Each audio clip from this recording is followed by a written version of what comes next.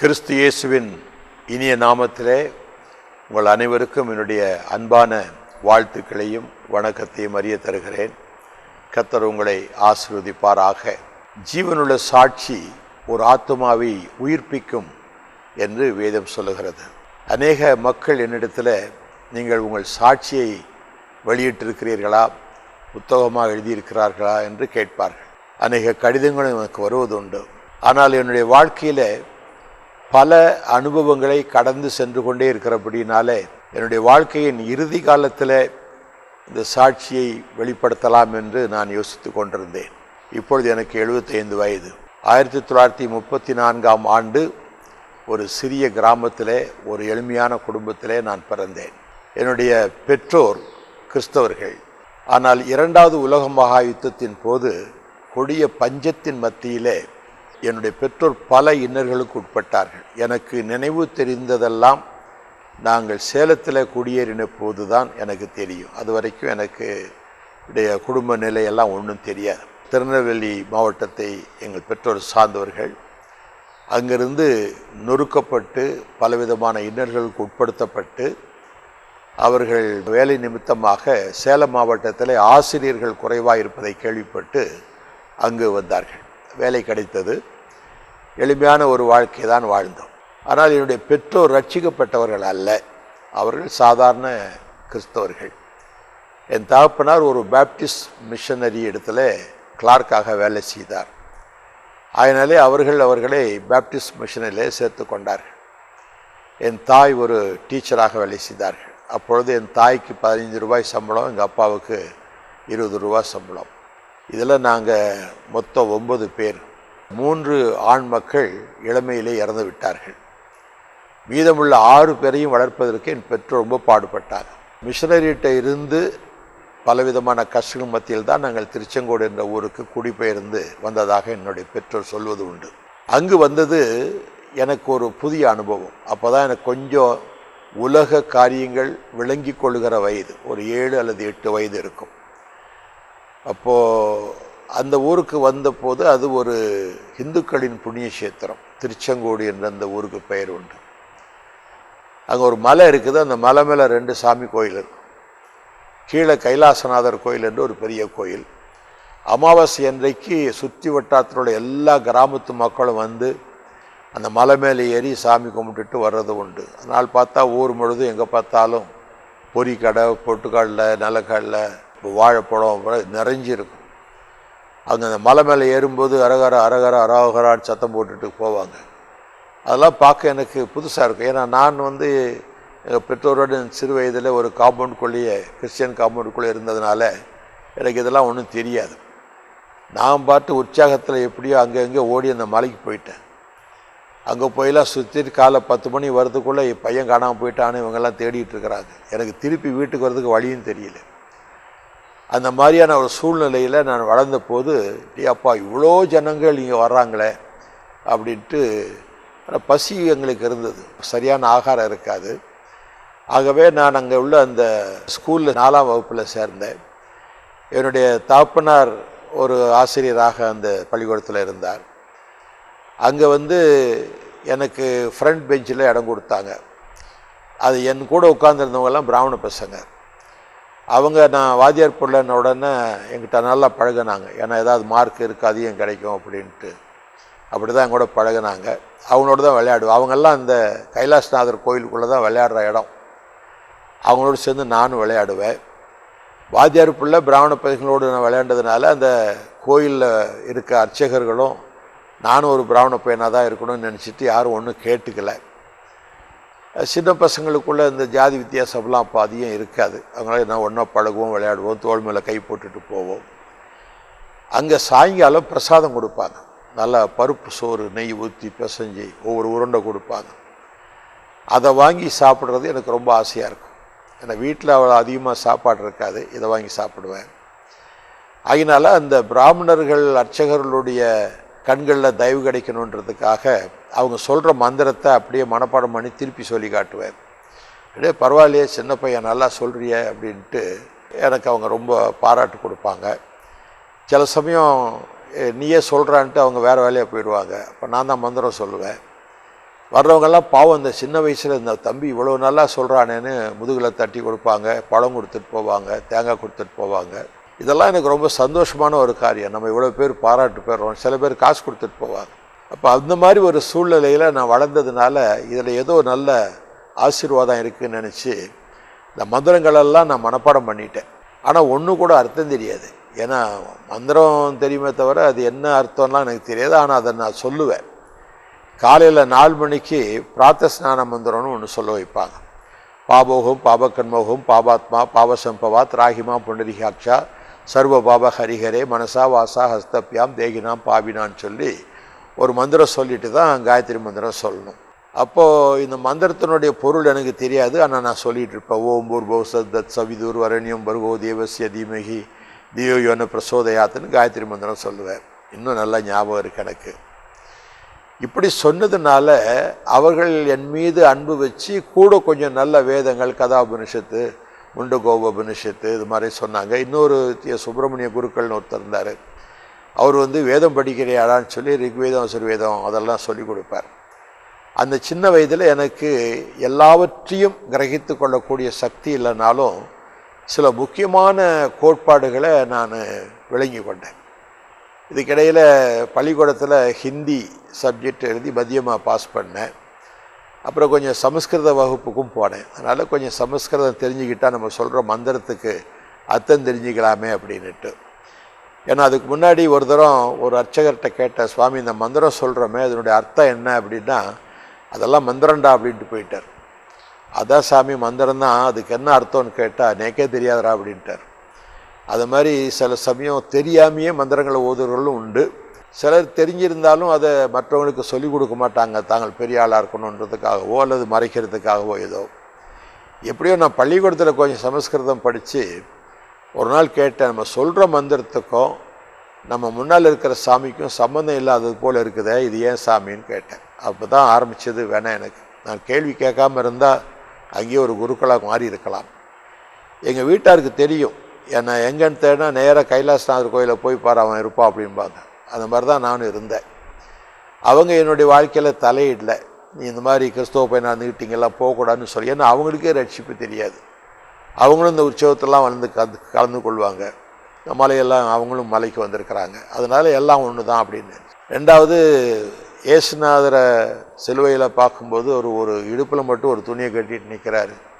ஆனால் இங்கே இருக்கிற சாமியெல்லாம் நல்லா ட்ரெஸ் பண்ணி நிறைய நகையெல்லாம் போட்டிருக்குது. அங்கே ஒருத்தர் தான் இருக்கிறார், இங்கே நிறைய சாமி இருக்குது. அதனால் இதுதான் பெருசு அப்படி இந்த சின்ன உள்ளத்தில் எனக்கு அப்படி ஒரு எண்ணம் ஏற்பட்டது. ஒழுங்காக பூஜை முறைமைகளெல்லாம் செய்தேன். ஆனால் வாலிப பருவம் வரும்போது என்னுடைய 14-15 வயசில் கோயிலுக்கு வர்ற பெண்களை கொஞ்சம் உத்து பார்க்க ஆரம்பித்தேன். பெண்கள்லாம் என்ன போல் வயசு உள்ள பெண்களை கொஞ்சம் உத்து பார்ப்பேன். சில சமயம் அந்த தட்டு கொடுப்பாங்க, அதை வாங்கும்போதும் அடியில் விரலை வச்சு தொட்டு பார்க்குறது அவங்க கையை. அப்போ இப்படி செய்கிறது எனக்கு பிடிக்கலை. ஆனால் அப்படி பார்க்காம இருக்கவும் முடியல, தொடாமல் இருக்கவும் முடியல. அது ஒரு மாதிரி ஒரு ஆசை. ஒரு நாள் அதை நினச்சி நம்ம மந்திரம்லாம் சொல்கிறோம் இப்படியும் செய்கிறோமே அப்படின்னு கவலையோடு இருக்கும்போது எங்கள் குருக்கள் அதை பார்த்துட்டு, என்னடா அம்பி கவலையாக இருக்கிற, என்னடா ஆச்சு உனக்குன்னாரு. நான் உடனே அழுதுட்டேன், சாமி நான் பாவி ஆகிட்டேன் அப்படின்னு. என்னடா இப்படி சொல்கிற, நீ ஒருத்தன் தான் நல்லவன் நினச்சின்னு இருந்தா நீயும் இப்படி சொல்கிறிய அப்படின்னாரு.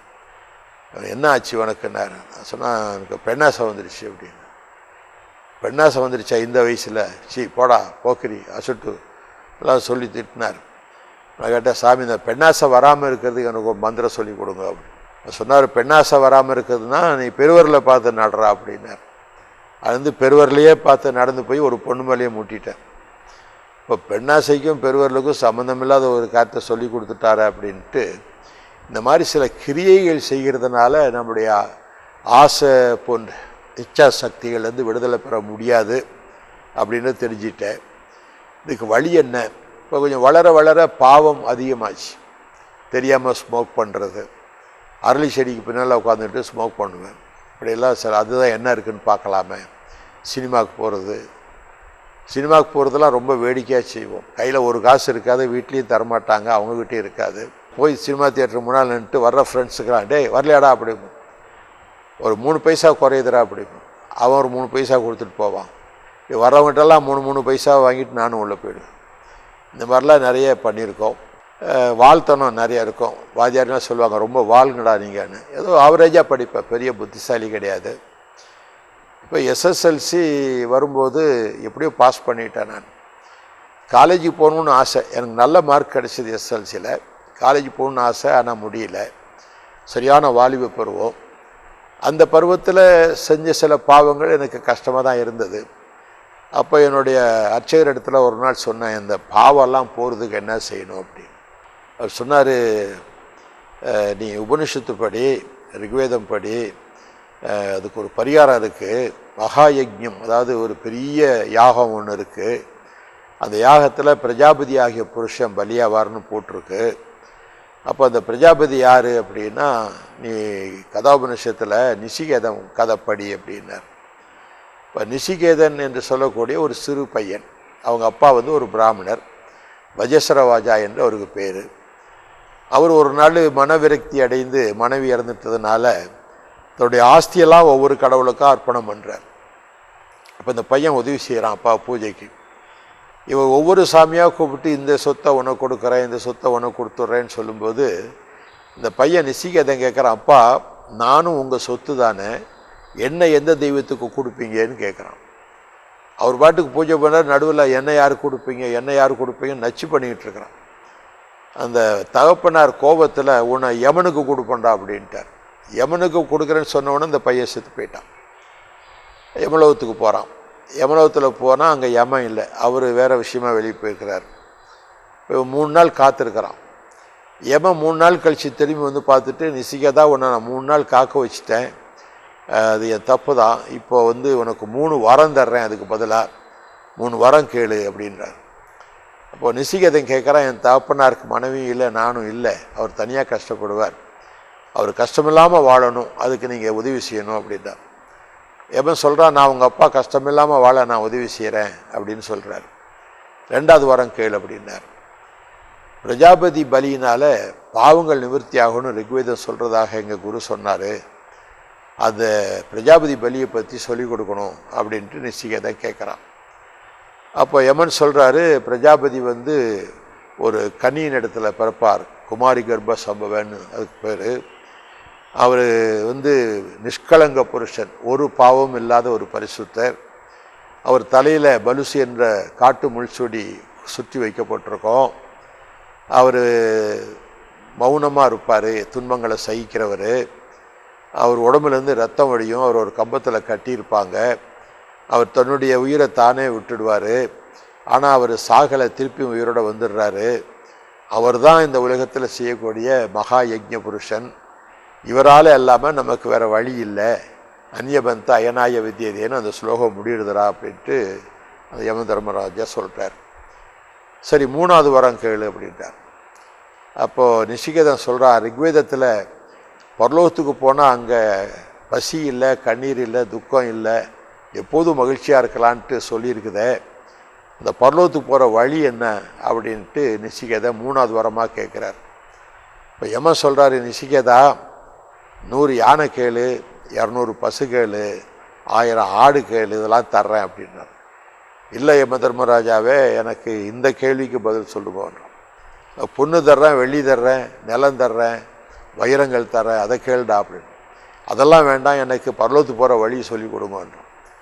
கடைசியில் யமன் வேறு வழி இல்லாமல் சொல்கிறாரு, எனக்கே தெரியாத வழியை உனக்கு நான் எப்படி சொல்லி கொடுப்பேன் அப்படின்ட்டு சொல்கிறார்.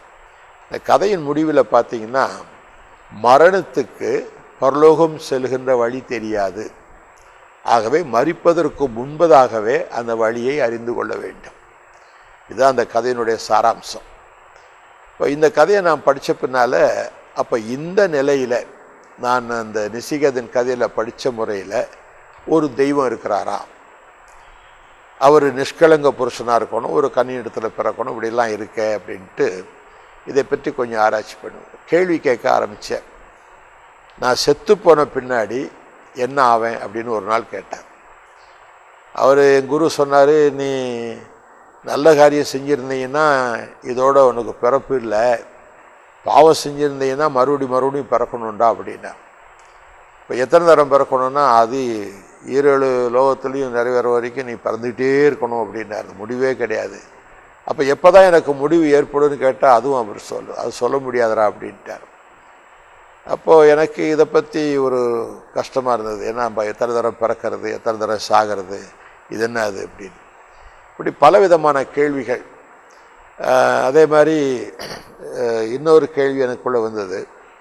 ரிக்வேதத்தை நான் படித்து பார்த்தபோது பிரஜாபதி என்ற வார்த்தை ரிக்வேதத்தில் புருஷா இருக்கு, புருஷ பிரஜாபதின்னு தான் சொல்லுவாங்க அவரை.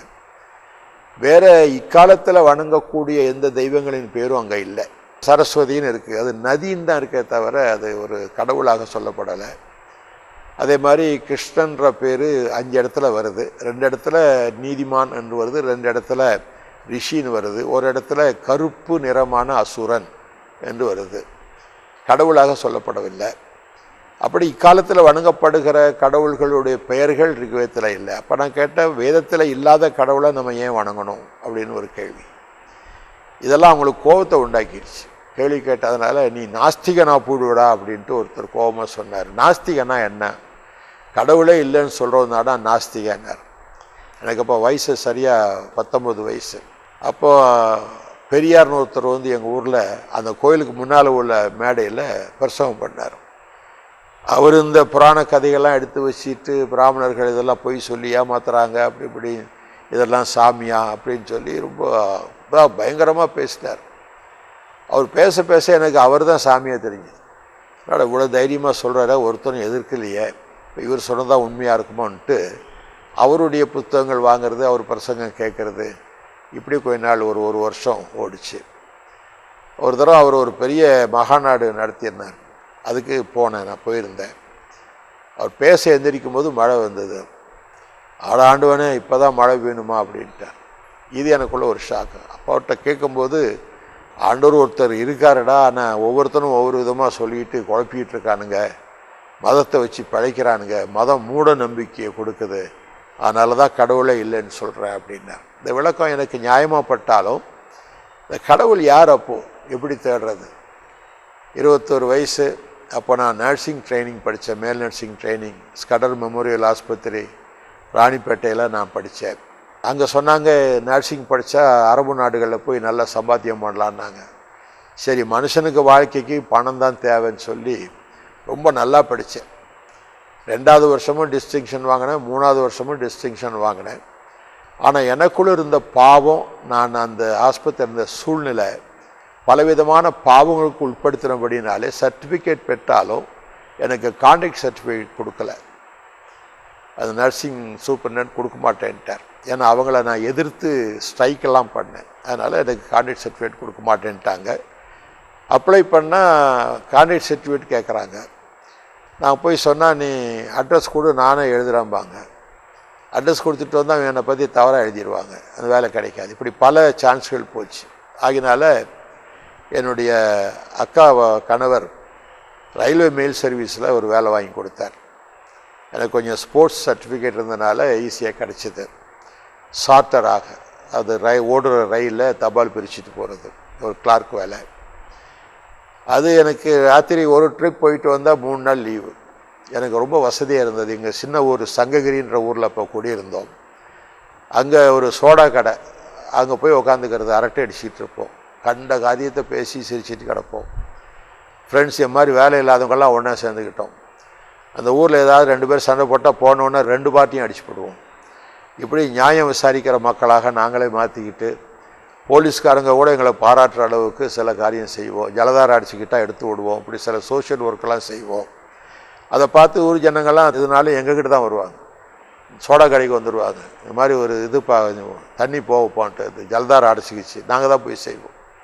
பஞ்சாயத்து போர்டில் எங்களுக்கு நல்ல பேர், நாங்கள் என்ன சொன்னாலும் அவங்களும் ஒத்துழைப்பாங்க. ஆகவே நாங்கள் ஒரு பெரிய ஆளாக நினச்சிக்கிட்டு மாதிரி போக்குரித்தனமெல்லாம் பண்ணிகிட்டு இருப்போம்.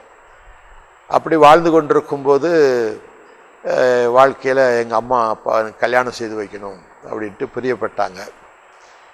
எனக்கு திருமணம் செய்து கொள்ளக்கூடிய ஆசை அப்போ இல்லை. ஆனால் எங்கள் அம்மாவுக்கு எனக்கு திருமணம் செஞ்சு தான் அவன் கொஞ்சம் நல்லா இருப்பான், இப்படி போக்குரிகளோட சுற்றிக்கிட்டு சூதாடிக்கிட்டு காசு வச்சு சீட்டு விளையாண்டுக்கிட்டுலாம் இருக்கிறானே, இவனை திருத்தணுன்றது, கல்யாணம் பண்ணால் நல்லாயிடுவான் அப்படின்ட்டு யாரோ சொன்னாங்களாம். எங்கள் மாமா சொன்னாராம். நான் எப்போதுமே அந்த கழகத்தில் இருக்கும்போது கருப்பாக இருக்கிறவங்க சிவப்பாக இருக்கிறவங்கள கட்டணும், பணக்காரங்க ஏழையை கட்டணும், உயர்ந்த ஜாதிக்காரங்க தாழ்ந்த ஜாதிக்காரங்களை கட்டணும், படித்தவங்க படிக்காதவங்கள கட்டணும், அப்போ தான் சமநிலை ஏற்படும்லாம் சொல்லுவேன். எங்கள் மாமா சொல்லுவார், டே நீ வாயில் சொல்லுவேன் உன் வாழ்க்கையில் செய்வியான்னு கேட்பார். நான் தைரியமாக செய்வேன் அப்படின்னு. எங்கள் அம்மா எங்கள் மாமாட்ட உனக்கு ஒரு பொண்ணு பாருங்கன்ட்டாங்க. இவர் ஒரு நாள் சொன்னார், நீ சொன்ன மாதிரியே ஒரு பொண்ணு இருக்குன்னார். என்ன அப்படின்னா, மூத்த பொண்ணு குடும்பத்தில் அவங்க அப்பா லுத்தரன் சபையில் ஒரு போதகராக இருக்கிறாரு, அவங்க அம்மா இறந்துட்டாங்க, இது மூத்த பொண்ணு, இதுக்கு அடுத்த தங்கச்சிக்கு பைத்தியம், அதனால் இந்த பொண்ணை யாரும் கட்ட மாட்டேன்றாங்க, நீ சொல்லுவிய சவாலா, அந்த மாதிரி இந்த பொண்ணுக்கு வாழ்க்கை கொடுப்பியா அப்படின்னு கேட்டார். சரி நான் சவாலை விட்டுட்டோமேன்னு சொல்லி சரி நான் கட்டிக்கிறேன்னு சொல்லிட்டேன். இவர் ஏற்பாடு பண்ணிட்டார், பொண்ணு பார்க்க போனோம். அந்த பொண்ணோட ஃபாதர் என்கிட்ட கேட்டார், உங்களை பார்த்தா இள வயசாக தெரியுதே, உனக்கு என்ன வயசுன்னு கேட்டார். 24 அப்படின்னு. என் பொண்ணுக்கு 29 வயசு, 5 வயசு உங்களோட மூத்து இருக்குது, ஆனால் இது சரிப்படுமா அப்படின்னாரு. நீங்கள் சொன்னால் கட்டிக்கிறேன் அப்படின்னு. அவர் சரி ரொம்ப சந்தோஷமாக, ஏன்னா யாருமே கட்டாத ஒரு பொண்ணு வீட்டை விட்டு போனால் தான் மற்ற இளைஞரை அதுக்கு கீழ் உள்ள தம்பி தங்கச்சிகளுக்கு கல்யாணம் ஆகணும். 29 வயசு, எனக்கு 70. இப்போவும் அவங்க தான் என் மனைவி, அவங்கள கல்யாணம் பண்ணேன்.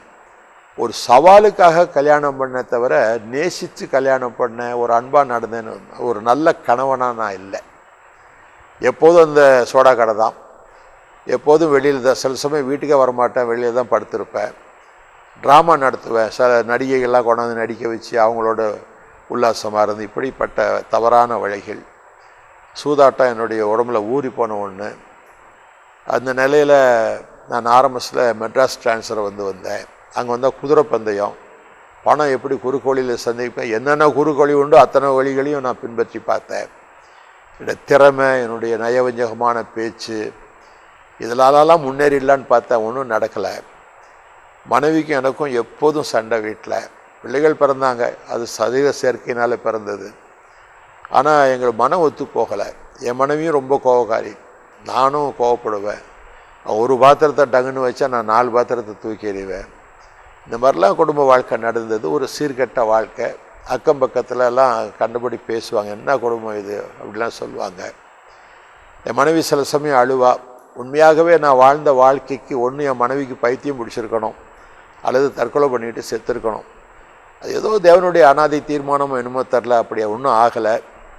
நான் ஒரு நல்ல கணவனாக வாழலை, பிள்ளைகளை ஒரு தகப்பனாக நான் வளர்க்கலை. ஏதோ பெற்று போட்டோமே தவிர என் மனைவி தான் எல்லாம் செய்தாங்க. சம்பாத்தியமும் கிடையாது, கடன் நிறைய வாங்கிட்டேன். சேட்டுக்கிட்ட கடன் வாங்கினேன். டிபார்ட்மெண்ட்டில் first loan, second loan, third loan, இருக்கிற லோனுன்றது தான் முதல்ல வாங்கிடுவேன். அது எந்த லோன்னாலும் எழுதி கொடுப்பேன். இது இல்லாமல் எமர்ஜென்சி லோன்னு ஒன்று இருக்குது, 5ஆம் தேதிக்கு எடுக்கலாம். சம்பளம் 1ஆம் தேதி, 5ஆம் தேதி எமர்ஜென்சி லோன். ஏன்னா என் சம்பளத்தில் பிடித்தம் போக எனக்கு கிடைக்கிறதெல்லாம் ஒரு 20 ரூபாய்க்கு குறைவாக தான் கிடைக்கும். அது சில நண்பர்கள்ட்ட 5 ரூபா 10 ரூபா வாங்கினா அவன் பக்கத்தில் நின்று வாங்கினோன்னு கையில் வாங்கிட்டு போயிடுவான். வீட்டுக்கு போகும்போது ஒன்றும் இருக்காது, சில சமயம் ஒரு 2 ரூபா 3 ரூபா இப்படி தான் இருக்கும். என்னுடைய மனைவியினுடைய கடைசி சகோதரர் எங்களுக்கு அப்பப்போ கொண்டாந்து ஒரு 100 ரூபா அப்படிலாம் என் மனைவி கையில் கொடுத்து, என் கையில் கொடுக்க மாட்டாங்க, மனைவி கையில் கொடுத்துட்டு போவாங்க. நான் எப்படி ஆயிலும் ரேஸில் ஒரு அடி அடிச்சிடலான்ட்டு மனைவியினுடைய நகை, கல்யாண புடவையை கூட கொண்டு ஒரு சேட்டு கடையில் அடமானம் வச்சு அந்த பணத்தை கொண்டு போய் குதிரை பந்தயத்தில் விட்டு தோற்று, இப்படி ஒரு ரொம்ப அயோக்கியத்தனமான ஒரு வாழ்க்கை நான் வாழ்ந்தேன். அதை நினச்சி பார்த்தா எனக்கே இப்போ வெக்கமாக இருக்குது. ஆனால் அப்போது அதுதான் பெரிய ஒரு வீரதீர செயலாக தெரிஞ்சது, எப்படியும் பணம் பண்ணிடலாம் அப்படின்ட்டு. இந்திய எதிர்ப்பு போராட்டத்தில் ஒரு பெரிய போராட்ட வீரனாக மாறணுன்ட்டு போலீஸ் லத்தி சார்ஜில் என்னுடைய அடித்து அதை தடுத்து இந்த எலும்பு நொறுக்கும் போச்சு. இப்போ நீங்கள் தொட்டு பார்த்தீங்கன்னா எங்கள் குழி தான் இருக்கும், எலும்பு இருக்காது. அது மாதிரிலாம் சில காரியங்கள் செய்து எப்படியாவது அரசியலில் பெரிய ஆள் ஆகணும். கோடம்பாக்கத்தில் குடியிருக்கும்போது அங்கே டைரக்டர் பீம்சிங் அவருடைய உதவியாளர் அருணாசலன் ஒருத்தர், அவர் ஃப்ரெண்ட்ஷிப் கிடைச்சது. அவர் மூலமாக எப்படியாவது சினிமா துறையில் நுழைஞ்சிடலாம் அப்படின்ட்டு போய் அவங்களுக்கு ஈக்குவலாக இருக்கணுமேனு கடன் வாங்கி நல்ல ட்ரெஸ் போட்டுக்கிட்டு டிப்டாப்பாக போவேன். என் மனத்தில் அவங்க சாப்பிட்டாங்களே தவிர அவங்க பணம் எனக்கு ஒன்றும் வரவே இல்லை. எனக்கு ஒரு சான்ஸும் கிடைக்கல. சில சினோரியாவுக்கு ஐடியா கொடுப்பேன், அதுக்கு ஒரு 1000 2000 அப்படி சில சமயத்தில் கிடைக்கும். இதுதான் என்னுடைய பழைய கால வாழ்க்கை. குடித்தேன், சர்வசாதாரணமாக செயின் ஸ்மோக்கராக மாறிட்டேன். கேம்பிளிங் என்னுடைய ரத்தத்தில் ஊறிப்போன, சூதாட்டங்கள் ஊறிப்போன ஒன்று. மன நிம்மதி கிடையாது. இதெல்லாம் சேர்ந்து எனக்கு 31வது வயசு நடக்கும்போது எனக்குள்ள ஒரு பலவீனம் ஏற்பட்டு வர வர வெயிட்டு டிக்ரீஸ் ஆகிட்டே போச்சு. ஒரு நாள் போய் கவர்மெண்ட் ஆஸ்பத்திரியில் பார்க்கும்போது எக்ஸ்ரே எடுத்து பார்த்து எனக்கு க்ஷயரோக வியாதி இருக்குதுன்னு சொல்லிட்டாங்க. க்ஷயரோக வியாதிக்கு அப்போது சரியான மருந்து கிடையாது. இப்போ இருக்கிற மருந்து காலத்தில் இல்லை. எனக்கு மருந்துக்கு செலவு பண்ணக்கூடிய வருமானமும் இல்லை. அப்போல்லாம் மெடிக்கல் ரீஎம்பர்ஸ்மெண்ட்டும் கிடையாது நான் வேலை பார்த்த நாட்களில். அதில் கையில் காசு இல்லாததுனால நான் ஒன்றும் செய்ய முடியாத நிலை. ரெண்டாவது க்ஷயரோக வியாதி வந்து அவ்வளோதான் அப்படின்னு எல்லாரும் சொல்லுவாங்க.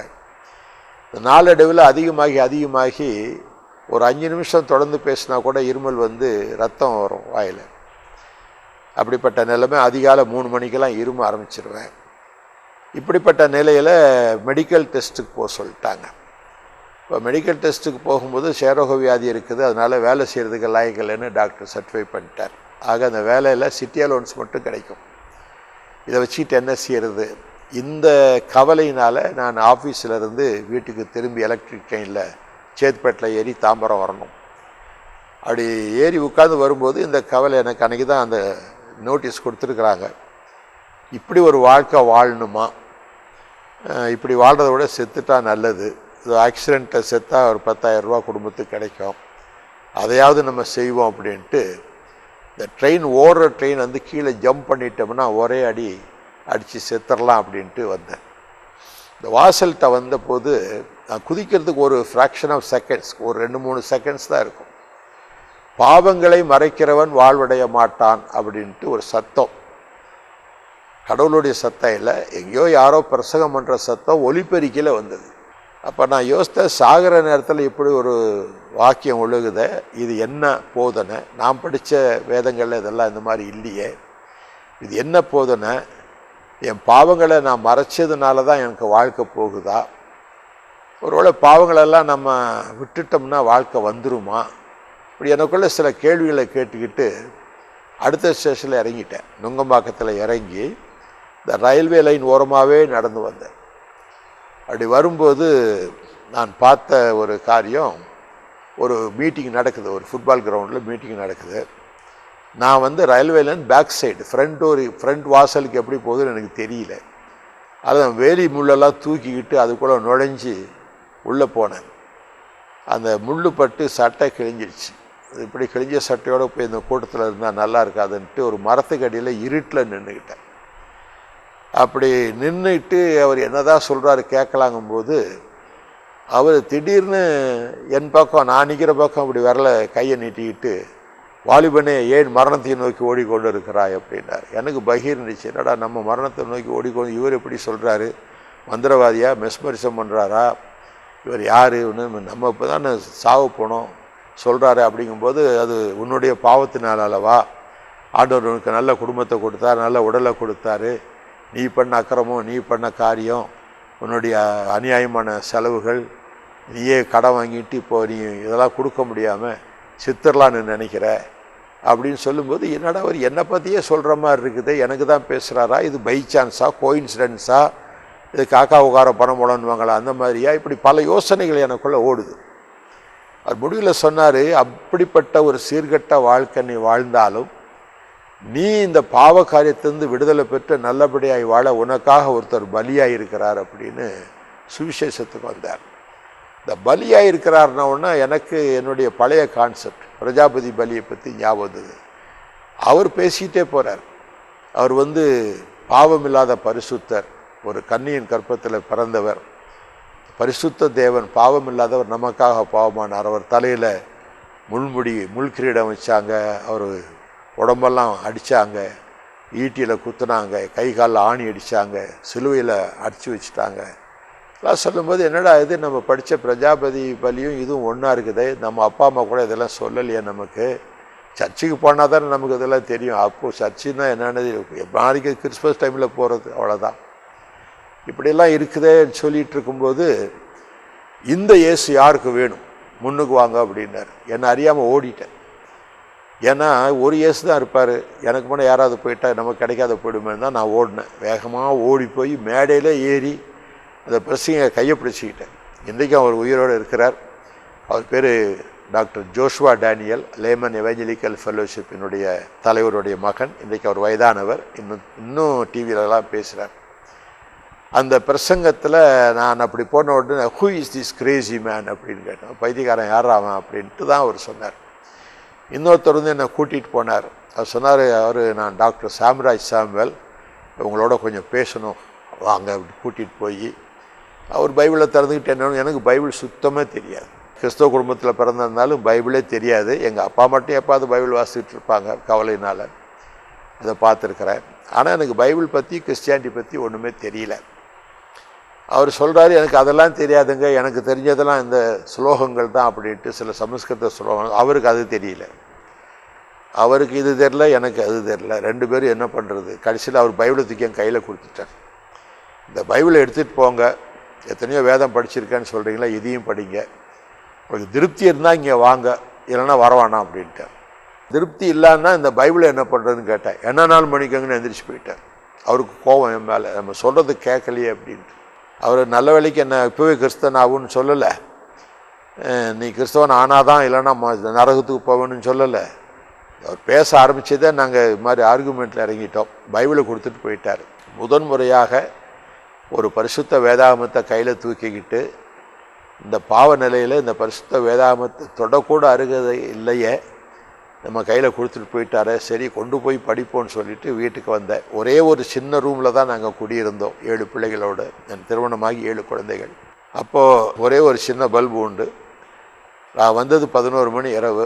வீட்டுக்கு கதவு கிடையாது, அதனால் மனைவி எந்திரிச்சு திறக்க வேண்டிய அவசியம் இல்லை. நாய் வந்தாலும் நான் வந்தாலும் ஒன்று தான். சுவிட்சை போட்டுட்டு இந்த என்ன தான் இருக்குது பார்க்கலாமே அப்படின்ட்டு இப்படி திறந்து பார்த்தேன்.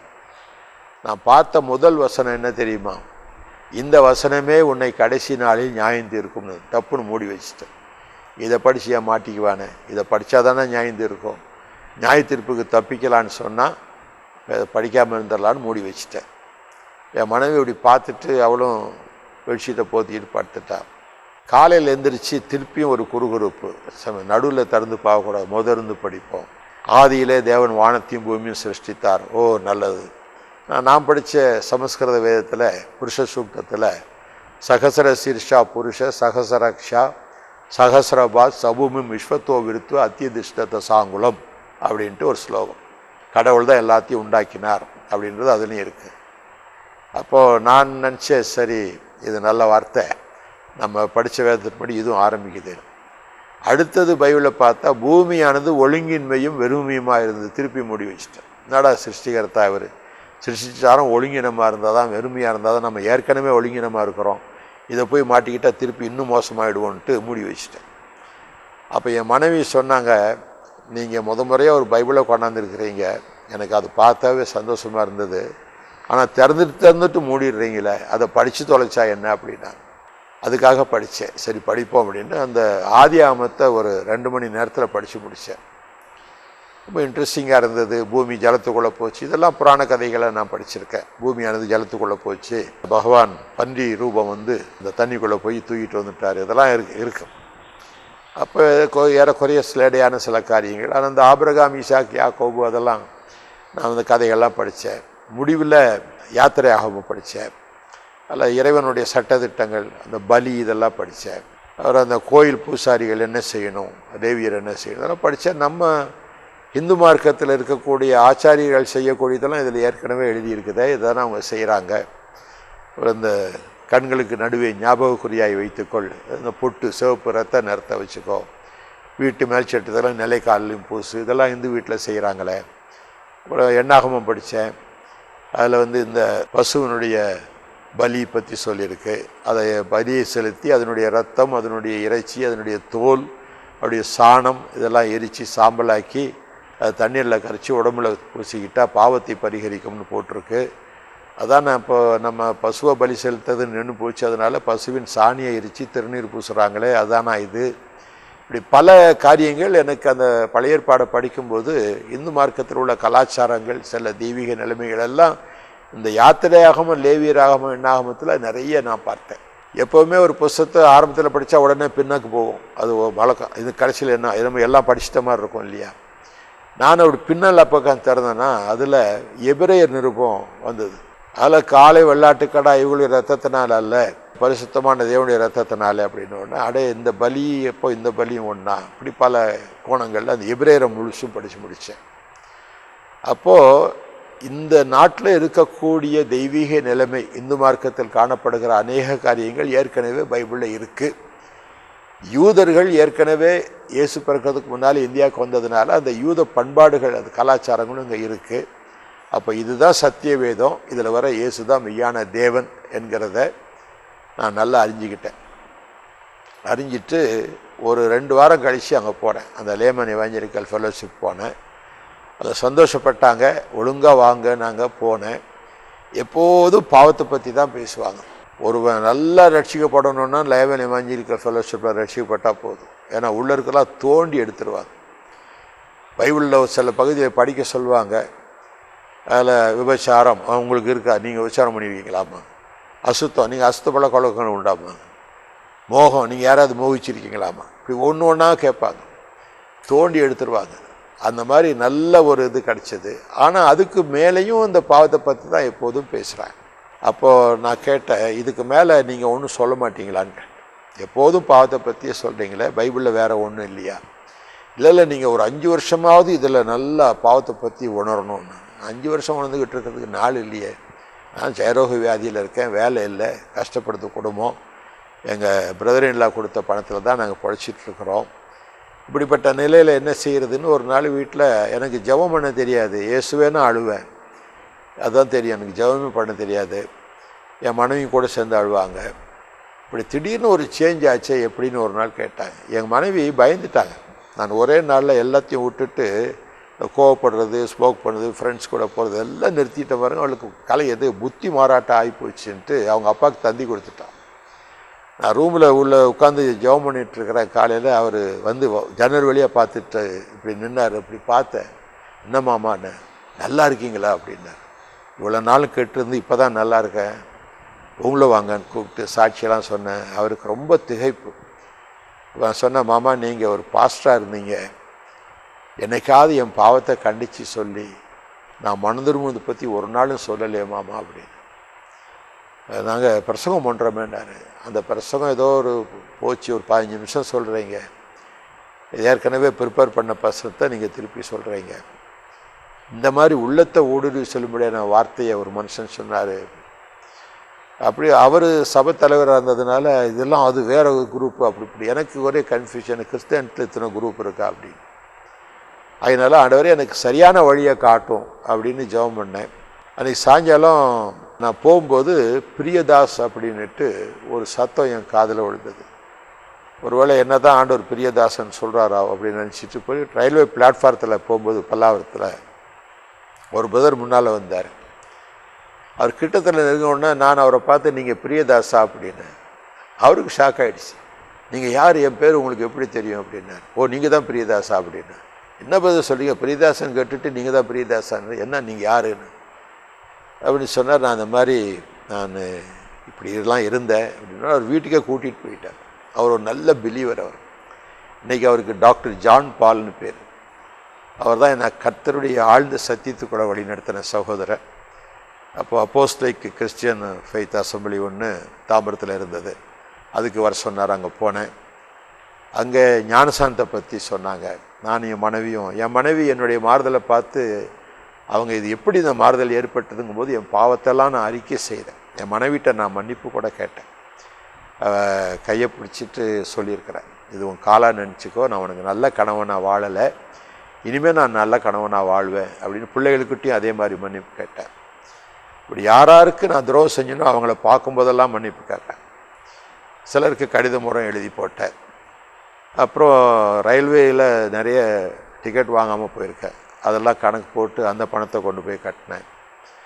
அவர் கேட்டார், ஏன் இப்படி செய்கிறீங்க, இப்படி கட்டுறீங்கன்னா, இப்போ தான் நான் உண்மையான மனுஷனாக மாறி இருக்கிறேன், இயேசு கிறிஸ்து என்னை மாற்றிருக்கிறார். இப்படி எல்லோரும் இயேசு திட்டார், டிடிஆரே தேவையில்லை அப்படின்னாரு. அந்த மாதிரியெல்லாம் நிறைய காரியங்கள் நடந்தது.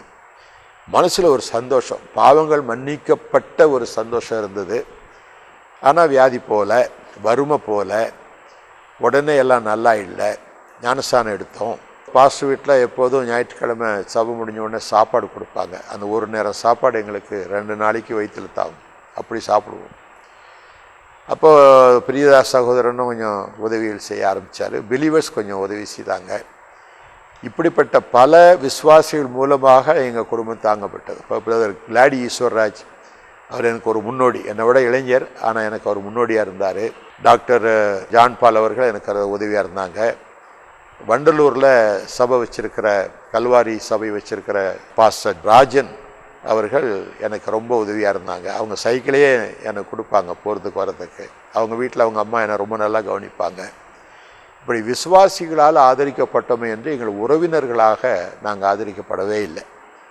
ஒரு தடவை கையில் காசு இல்லைன்னு எங்கள் மூத்த அண்ணனுக்கு கடிதம் எழுதினேன், எனக்கு ஒரு 30 ரூபா அனுப்புங்கன்னு. என் தம்பி செத்து போயிட்டான்னு எழுதிட்டார். அது மாதிரி எங்கள் வீட்டில் யாரும் உதவியில்லை, எங்கள் மனைவி சைட்லேயும் அதிகமான உதவி இல்லை. அப்படிப்பட்ட வாழ்க்கை வாழ்ந்து கொண்ட நேரத்தில் கிறிஸ்து என்னை சந்தித்ததுனால கிறிஸ்துவனுடைய அன்பு எனக்குள்ளே இருந்தது. கிறிஸ்தவர்கள் விசுவாசிகள் எனக்கு அன்பு பாராட்டினாங்க.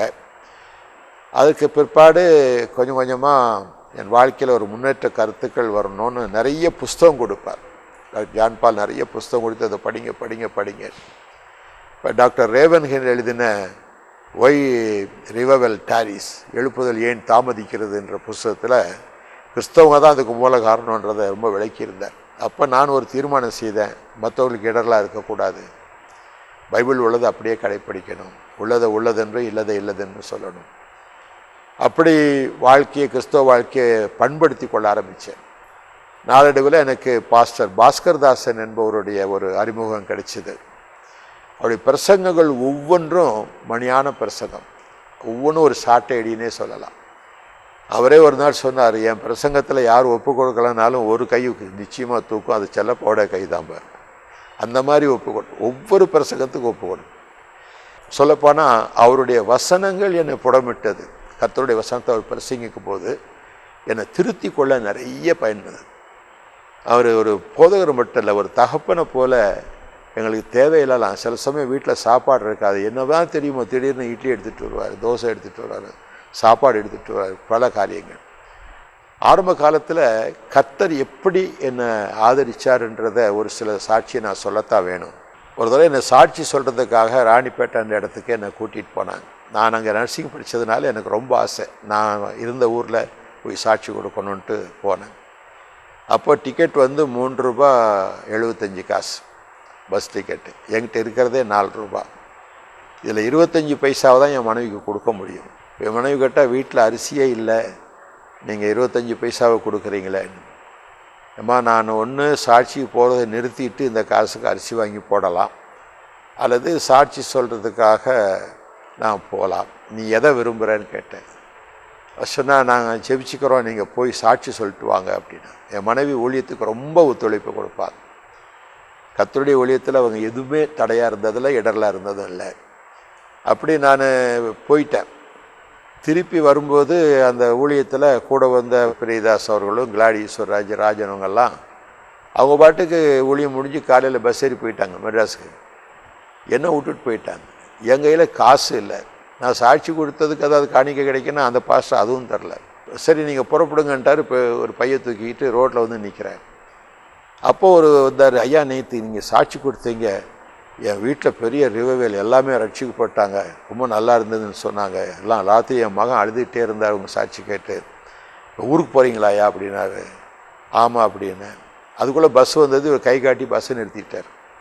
நடாது பஸ்ஸை நிறுத்திட்டார, கையில் காசு இல்லையே, சரி இங்கே ஏறி அந்த பக்கம் போய் இறங்கிக்கலாம் அப்படின்ட்டு நான் உள்ளே போனேன். நான் உள்ளே போகிற நேரத்தில் ஒரு 10 ரூபாயை தூக்கி கண்டக்டர்கிட்ட கொடுத்து அவருக்கு டிக்கெட் கொடுத்துட்டு மிச்சத்தை அவர் கையில் கொடுத்துருங்க. எனக்கு ஒரு பெரிய அதிசயம், கர்த்தர் எப்படி உதவி செய்கிறார். நேராக தாம்பரத்தில் இறங்கினேன். மிச்சம் இருந்த காசுக்கு கொஞ்சம் பழம், ப்ரெட்டு எல்லாம் வாங்கிட்டேன்னா பிள்ளைகள் பட்னியாக இருக்குமே, ரைஸ் இல்லையே. அப்புறம் பிள்ளைகள்லாம் சந்தோஷமாக விளையாண்டுட்டுருக்குறாங்க. போனோன்னே மனைவிட்ட கேட்டேன், என்னம்மா எப்படி பிள்ளைகள் சந்தோஷமாகுது, எப்படி சாப்பாடு கிடச்சி, நீங்கள் தான் அரிசி வாங்கி வச்சுட்டு போனீங்களே அப்படின்னா. இல்லைம்மா நான் அரிசி வாங்கலையே, என்கிட்ட 25 காசு தானே மிச்சம், அரிசி வாங்கலையா. இல்லைங்க அரிசி இருந்ததுங்க. போனால் ஒரு பிஸ்கெட் டப்பாவில் தான் அரிசி போட்டு வைப்போம், ஃபுல்லாக இருக்குது அரிசி. இது வரைக்கும் அந்த அரிசி எப்படி வந்ததுன்னு எங்களுக்கு தெரியாது. அதே போல் ஒரு தரம் வீட்டு வாடகை 30 ரூபா, அது கொடுக்கறதுக்கு காசு இல்லை, அது வீட்டுக்காரன் வேற கண்டுபிடி திட்டுவாங்க. அப்போது உட்காந்து ஒரு அந்த சானிட்டோரியம் பக்கத்தில் உட்காந்து ஜெபம் பண்ணிகிட்டு இருந்தேன். திடீர்னு ஒருத்தர் வந்தார், முன்னால் திடீர்னு வந்தார். என்னமோ வர மாதிரி இருக்குன்னு முழிச்சு பார்த்த ஜெபத்தில் இருந்து ஒரு மனுஷன் வந்தார். இந்தாங்க அப்படின்னு நீட்டினார். புது 5 ரூபா தாள், 6 5 ரூபா தாள் கையில் கொடுத்தார். கொடுத்துட்டு கத்தாவே ஸ்தோத்திரம்னு கண்ணமொழி திறந்து பார்க்குற அவர் இல்லை அங்கே. எனக்கு அது ஒரு பெரிய ஆச்சரியம். இப்படி பல வகையில் சின்ன சின்ன அதிசயங்கள். கடன் வாங்கக்கூடாதுன்னு ஒரு வசனம் இருக்குது. நீ கடன் வாங்காத இருப்பாய். அது கட்டளை மாதிரியே நான் ஏற்றுக்கிட்டேன். நான் வாங்கக்கூடாது, கடன் வாங்கி சாப்பிடக்கூடாது, கடன் வாங்கி உடுத்தக்கூடாது. அப்போ அந்த நிலையில் காசு இல்லாமல் 5 நாள் பட்னியாக இருக்கிறோம். சின்ன குழந்தைக்கு வெறும் தண்ணி எடுத்து ஸ்பூனில் கொடுத்துட்ருக்கோம். அந்த நிலையில் மனைவி சொன்னால், ஆகார் பிள்ளைய போட்டுட்டு தனியாக போய் அழுத மாதிரி நானும் அழ போகிறேன் அப்படின்னா, இல்லைம்மா நம்ம ஜெயிப்போம் வா அப்படின்ட்டு பைபிளை திறந்தால் அதில் ஒரு வசனம். எனக்கு அப்போ பைபிளில் எந்த அதிகாரம் எந்த வசனம் ஒன்றும் தெரியாது, சும்மா தான் திறந்து எதாவது படிப்பேன். அதில் ஒரு வசனம் பார்த்தேன். சிங்கம் தன் குட்டிகளுக்கானதை பீறி தன் பெண் சிங்கத்துக்காக தொண்டையை பிடித்து கொன்று பீறி போட்டவிழால் தன் குகையும் தொண்டையை பிடித்து கொன்றால் தாபரத்தை நிரப்பிட்டு அப்படின்னு ஒரு வசனம். எனக்கு அது வித்தியாசமாக பட்டது. ஆண்டவரே, சிங்கமே தன்னுடைய மனைவி சிங்கத்துக்கும் குட்டி சிங்கத்துக்கும் இறைய கொண்டாந்து கொடுக்குதுன்னு போட்டிருக்க, நீர் யூதராஜ சிங்கம்னு உங்களுக்கு பேர் உண்டு, என்ன நாங்களாம் உங்கள் குட்டிங்க தானே, எங்களுக்கு நீங்கள் கொடுக்க மாட்டீங்களா அப்படின்ட்டு ஜெபத்தில் நான் சொல்லிக்கிட்டு அழுதுகிட்டு இருக்கிறேன். மனைவியும் கூட சேர்ந்து அழுதுட்டு ஜெபம் பண்ணிகிட்ருக்குறாங்க. வாசலில் ஏதோ பாத்திரம் வைக்கிற மாதிரி ஒரு சத்தம். ஜெபத்தில் கண்ணு திறந்து பார்க்க மாட்டோம். ஜெபத்தை சீக்கிரமாக முடிச்சுட்டு ஆத்மாவே கர்த்தரை ஸ்தோத்திரலாம் சொல்லிட்டு பார்த்தா 2 பெரிய டிஃபன் கேரியர், 5 அடுக்கு பாத்திரம், 2 பெரிய டிஃபன் வாசலில் இருக்குது. ஓடி போய் பார்த்தா தெருவில் ஒருத்தர் ராத்திரி 11 மணிக்கு ஒரு வெறிச்சோடி கிடக்கு. ஒரு மனுஷன் ஜனமாட்ட யார் இதை கொண்டாந்து வச்சா? தொட்டு பார்த்தா சூடாக இருக்குது. தூக்கிட்டு உள்ள கொண்டாந்த யார் வச்சா? யார் சொன்னால் பாருங்க, 5 நாளாக பட்டினியாக இருக்குது பிள்ளைங்க, இப்போ யார் வச்சாரெலாம் கேள்வி இல்லை, சாப்பிடணும் முதல்ல அப்படின்ட்டு பிள்ளையெல்லாம் எழுப்பி ஒரு 5 நிமிஷத்தில் எல்லாம் சாப்பிட்டு முடிச்சுட்டு தான் அப்போ யார் வச்சுருப்பா திருப்பி ஒரு யோசனை. ஒருவேளை தூதர்கள் கொண்டாந்து வச்சுருப்பாங்களோ அப்படின்னு. சரி, தூதர்கள் வச்சுருந்தா எடுக்க வருவாங்க பாத்திரத்தை, அப்போ தூதர்களை பார்த்துடலான்ட்டு நானும் என் மனைவி நேரு உட்காந்து நடுவில் பாத்திரத்தை வச்சுட்டு உட்காந்துருக்கோம். தூதர்கள் வருவாங்கன்னு. தூதர் வரல, தூக்கம் வந்தது. நல்லா சாப்பிட்ட களைப்பில் தூங்கிட்டோம். காலை 8 மணிக்கு 2 பிரதர் வந்தாங்க. ஒரு பிரதர் எனக்கு தெரியும், ஒருத்தர் தெரியாது. அவர் வந்தோடனே, பிரதர் பாத்திரத்தை எடுத்துகிட்டு போகலான்னு வந்தோம் அப்படின்னார். நீங்கள் தான் வச்சிங்களான்னு? ஆமாம், நாங்கள் தான் வச்சேன். என்ன பிரதர் அந்த நேரத்தில் கொண்டாந்து வச்சிங்க? இல்லை, இந்த பிரதர் வீட்டில் ஒரு என்கேஜ்மெண்ட்டு, அதுக்காக சாப்பாடெலாம் ரெடி பண்ணாங்க. ஆனால் அவங்க என்கேஜ்மெண்ட் கேன்சல்னு தந்தி வந்துருச்சு. இவ்வளோ சாப்பாடு வீணாக போகுதுன்னு யோசித்தோம். அப்போ உங்கள் குடும்பத்தை பற்றி சொன்னேன், அவங்களுக்கு கொடுக்கலான்னு சொன்னார். அதான் 2 டிஃபன் கதை எடுத்துகிட்டு வந்து வச்சோம் அப்படின்ட்டு அது வாங்கிட்டு போயிட்டாங்க. நாங்கள் சைக்கிளில் உடனே போயிட்டோம். அப்போ நான் வெளியில் பார்த்தா யாரையும் காணுவேன். நாங்கள் சைக்கிளில் போயிட்டோம். அப்போது என் மனைவி கேட்டால், சரி நேற்று ராத்திரி சாப்பாடுக்கு ஒரு ஃபங்க்ஷனாக கர்த்தர் கேன்சல் பண்ணிட்டார், இனிமேல் ஒவ்வொரு நேரம் சாப்பாட்டுக்கும் ஏதாவது ஒரு ஃபங்க்ஷன் கேன்சல் ஆகுமா அப்படின்னு கேட்டார். நான் சொன்னம்மா, கடன் வாங்காமல் இருக்கிறதுல ஒரு டெஸ்ட்டில் பாஸ் பண்ணிட்டோம், இனி நம்முடைய வாழ்க்கையில் பசியே இருக்காது, அதை பற்றி நீ கவலையே படாத, நம்ம ஜெயிச்சிட்டோமா அப்படி. கர்த்தருக்கு மகிமையாக சொல்லணும்னா, அந்த நாள்லேருந்து இந்த நாள் வரைக்கும் நான் கடன் வாங்கினதும் இல்லை, பசியாக இருந்ததும் இல்லை. என்கிட்ட பேங்க்கில் பணமும் கிடையாது. கிடைக்கிற காணிக்கை குடும்ப செலவுக்கு கொஞ்சம், ஊழியத்துக்கு மிச்சம், இப்படி தான் செலவு பண்ணி தவிர ஸ்டாக் பண்ணதில்லை. சொந்த வீடு கிடையாது. இன்றைக்கும் வாடகை வீட்டில் தான் இருக்கிறேன். தேவனுக்கு முன்பாக மனசாட்சியில் உண்மையாக இருக்கணும்னு பிரியப்படுறேன். அநேகர் என்ன குறை சொல்லியிருக்கிறாங்க, இல்லாத பொல்லாததெல்லாம் பழித்து சொல்லியிருக்கிறாங்க. அதை தாங்கக்கூடிய உள்ளத்தை கர்த்தர் கொடுத்தார். எங்கள் வாழ்க்கையை நான் சீர்படுத்த ஆரம்பித்தேன். எபேசி நிருபத்தில் 5ஆம் அதிகாரம் நான் படிக்கும்போது ஒரு கணவன் மனைவியை எப்படி நேசிக்கணும்னு கற்றுக்கொண்டேன். என்னுடைய வாழ்க்கையில் என் மனைவியை 6 பிள்ளைகள் பெற்ற பின்னால் என் மனைவியை நேசிக்க ஆரம்பித்தேன். அதுக்கு முன்னால் பாவியாக இருந்ததுனால ஒரு வாழ்க்கை வாழ்ந்தனே தவிர ஒரு நேசிக்கலை. என் மனைவியை நேசிக்க ஆரம்பித்தேன். என் மனைவி தன்னை திருத்தி கொள்ள வருகையின் தூதன்ற பத்திரிகையை படித்து அவள் தன்னை திருத்தி கொண்டார். எங்கள் பிள்ளைகள் கர்த்தருக்குள்ளே நாங்கள் வளர்த்தோம். சின்ன வயசுலேயே நான் ரட்சிக்கப்பட்டதுனால அவங்கள சின்ன வயசுலேருந்தே கர்த்தருக்குள்ளே வளர்த்தோம். சில சபைகளை என்னை கொண்டு போய் சாட்சி சொல்ல வைப்பாங்க. ஒரு முறை மெட்ராஸ்லேருந்து சுந்தரையா சபையில் நான் சாட்சி கொடுத்த போது சுந்தரையா எழுந்திரிச்சு, இன்னைக்கு பிரசங்கம் தேவையில்லை, தம்பியுடைய சாட்சியே போதுன்ட்டு ஒரு அழைப்பு கொடுத்தார். ஒரு 56 பேர் ரட்சிக்கப்பட்டாங்க சாட்சியை கேட்டு. இப்போ சுந்தரையா சொன்னாங்க, உனக்குள்ள ஒரு பெரிய அழைப்பு இருக்கு, அதை நீ காத்துக்கொள்ளு அப்படின்னாரு. அப்போ நான் ஊழியம் செய்யட்டுமையான்னு கேட்டேன். முழங்கால காட்டு அப்படின்னார். என்னடா ஊழியம் செய்யலான்னு கேட்டால் முழங்கால காட்ட சொல்கிறாரு அப்படின்ட்டு பேண்ட்டு போட்டுருந்தோம். பேண்ட்டை சுருட்டி முழங்கால காமிச்சேன். குனிஞ்சு பார்த்துட்டு லாய்க்கு இல்லைன்ட்டார். என்ன பாஸ்டர் சொல்கிறீங்கன்னு. நான் முழங்கால தழும்பே இல்லையே, நீ முழங்கால நின்று ஜெபமே பண்ணாத மனுஷன், உனக்கு எப்படி ஊழியம் வரும் அப்படின்ட்டார். அன்னிலேருந்து முழங்கால நின்று ஜெபிச்சு தழும்பு ஏறின பின்னால் போய் சொன்னேன். 2-3 வருஷம் ஆச்சு. அப்போது கொஞ்சம் சின்ன சின்ன பிரசங்கம்லாம் செய்ய சொல்கிறேன். பாஸ்கதாசன் ரொம்ப என்கரேஜ் பண்ணுவார். திடீர்னு கூப்பிட்டு நீ இன்றைக்கி பிரசங்கம் பண்ணு அப்படிம்பாரு. ஐயா திடீர்னு சொல்கிறீங்களா? ஆமாம், திடீர்னு தான் எல்லாம் சொல்லுவேன். எத்தனை பிரசங்கம் கேட்டிருக்கேன்? நிறைய கேட்டிருக்கேன். அதில் ஒன்று எடுத்து சொல்லு, அதான் பிரசங்கம் பார். தன்னுடைய பிரசங்கத்தை என்ன சொல்லுவார், நான் கேட்டதை சொல்லுவார். இப்படி தான் நான் பழகிறேன், என்னை பழக்கினாங்க. அவர் தான் என்னை உருவாக்குனவர்னு சொன்னால் அது மிகையில் எனக்கு ஒரு ஆவிக்குரிய தகப்பனாக இருந்தார். அப்போது ஊழியங்கள் செய்யும்போது ஒரு நாள் அவருடைய சபையில் ஒரு லேடி டாக்டர் அம்மா திடீர்னு எந்திரிச்சு வந்து என் தலையில் கை வச்சு, இந்திய நாட்டில் உள்ள இந்து மக்களுக்காக கர்த்தர் உன்னை விசேஷமாக பிரித்து எடுத்திருக்கிறார், ஆகவே நீ அவர்களுக்காக உன்னை ஆயத்தம் பண்ணு, அவர்களைப் போல ஒரு காய் வஸ்திரத்தை உடுத்திக்கோ அப்படின்ட்டு சொல்கிறாங்க. சொல்லிட்டு போய் உட்காந்துட்டாங்க. எனக்கு அப்படியே பிரம்ம பிடிச்ச மாதிரி உட்காந்துருக்கேன். பாஸ்கதாஸ் என்ன பார்க்குறாரு, இது கர்த்தருடைய தீர்க்க தரிசனமாக இருக்குமானால் அது நடக்கும் அப்படின்ட்டார். சுந்தரராஜன் ஒருத்தர் அவர் சொன்னார், பிரதர் நான் ஒரு சொப்பனை பார்த்தேன், நீங்கள் காவி நேரத்தில் தண்ணி குடிச்சதை பார்த்தேன் அப்படின்னாரு. ஏன்னா அது 2 பேர் சொல்கிறாங்களே, ஒரு வேளை இது உண்மையாக தான் இருக்குமா, 7 பிள்ளைகளையும் மனைவி வச்சுக்கிட்டு நம்ம போய் எப்படி ஒரு காய்வை போட்டுக்கிட்டு இருக்கிறது அப்படின்னு யோசித்தேன். ஒரு நாள் காலையில் என்னுடைய வீட்டு கதவு தட்டப்பட்டது. பார்த்தா ஒரு குள்ளமாக ஒரு மனுஷன் நிற்கிறாரு, கையில் ஒரு பண்டில் வச்சுருந்தார். இந்த விலாசம் உங்களுதா அப்படின்னாரு. ஆமாம் என்னுடைய தான். நீங்கள் தான் செல்லப்பாவா அப்படின்னாரு. ஆமாம். இந்தாங்க பிடிங்கன்னாரு. என்ன பிரதர் இது, பிரித்து பாருங்க அப்படின்னாரு. பிரித்து பார்த்தா காவி துணி, 10 மீட்டர் காவி துணி வச்சுருக்காரு. என்ன பிரதர் இது, நீங்கள் யார் என்ன? இல்லை நான் ஒரு ஆசிரியர், ஸ்ரீபெரும்புதூரில் இருக்கேன், நான் இந்துலேருந்து ரட்சிக்கப்பட்டவன். இன்னைக்கு அதிகாலை ஜெபத்தில் ஒரு கை வந்து பிளாக் போர்டில் என்னுடைய இந்த விலாசத்தை எழுதி 10 மீட்டர் காவி துணி வாங்கி கொடு அப்படின்னு எழுதியிருந்தது பார்த்தேன். பார்த்துட்டு அதை அப்படியே குறிச்சிட்டு வாங்கிட்டு ஓடியாந்தேன், வச்சுக்கோங்க அப்படின்னாரு. அவர் இன்னும் உயிரோடு இருக்கார், ஸ்ரீபெரும்புதூரில். ராஜரத்னம் அவர் பேர். அவர் இப்போ ஒரு போதகராக இருக்கிறாரு. அந்த ஏவுதலில் தான் நான் தைச்சி போட்டேன். அப்போ பிரதர் சுந்தரராஜ் வந்து அதை தைக்க கொடுத்துட்டு வரேன், நீங்கள் காவி போட்டிங்கன்னா உங்களை திட்டுறதுக்குன்னு 2 ஊழியக்காரர் வருவாங்க அப்படின்னாரு. என்ன ரொம்ப வித்தியாசமான ஒரு வாழ்க்கை எனக்கு. அதே மாதிரி நான் காவி துணியை ஜெபம் பண்ணி போடும்போது எனக்கு நிறைய சுருள் முடி இருக்கும், சுருளாக வச்சுருப்பேன். என்னென்னா பெண்களை அப்படி அட்ராக்ட் பண்ணுறதுக்காக என்னென்ன சினிமா அதெல்லாம் வாலிபத்தில் செஞ்சது, முடி ரொம்ப சுருட்டையாக இருக்கும். அதனால் அது வேண்டான்னு சொல்லிவிட்டு வழுக்க மொட்டை அடிச்சுட்டு அதுக்கப்புறம் தான் காய் வஸ்திரம் போட்டேன். இந்த 2 பாஸ்டர் வந்து அங்கே பெண்டிகாஸ் பாஸ்டர் வந்து கண்டபடி பேசுகிறாங்க, பிசாசு உங்களை வழி நடத்திடுச்சு, பிசாசுக்கு இடம் கொடுத்துட்டீங்க அப்படி இப்படின்னு. நான் அமைதியாக கேட்டுட்டு கடைசியில் சொன்னேன், எனக்குள்ளும் தேவனுடைய ஆவியானவர் இருக்கிறார், எனக்காக நீங்கள் ஜெபம் பண்ணுங்க அப்படின்னு சொல்லி அனுப்பிச்சிட்டு பாசுதாஸ்கிட்ட போனேன். நான் அன்றைக்கி சொன்னேன்ல, இது கர்த்தருடைய காரியமாக நான் நடக்கும்னு சொன்னேன், அது நடந்துருச்சு. நீ ஊழியம் செய்ய. நான் வீட்டில் வந்து ஜெபம் பண்ண, ஆண்டவரே இந்த வஸ்திரத்தை போட்டதுனால எனக்கு என்ன நன்மை, என்னை ஊழியத்தில் எப்படி நீர் பயன்படுத்த போறீர், எனக்கு 2 அடையாளம் கிதியோனை போல காட்டும்.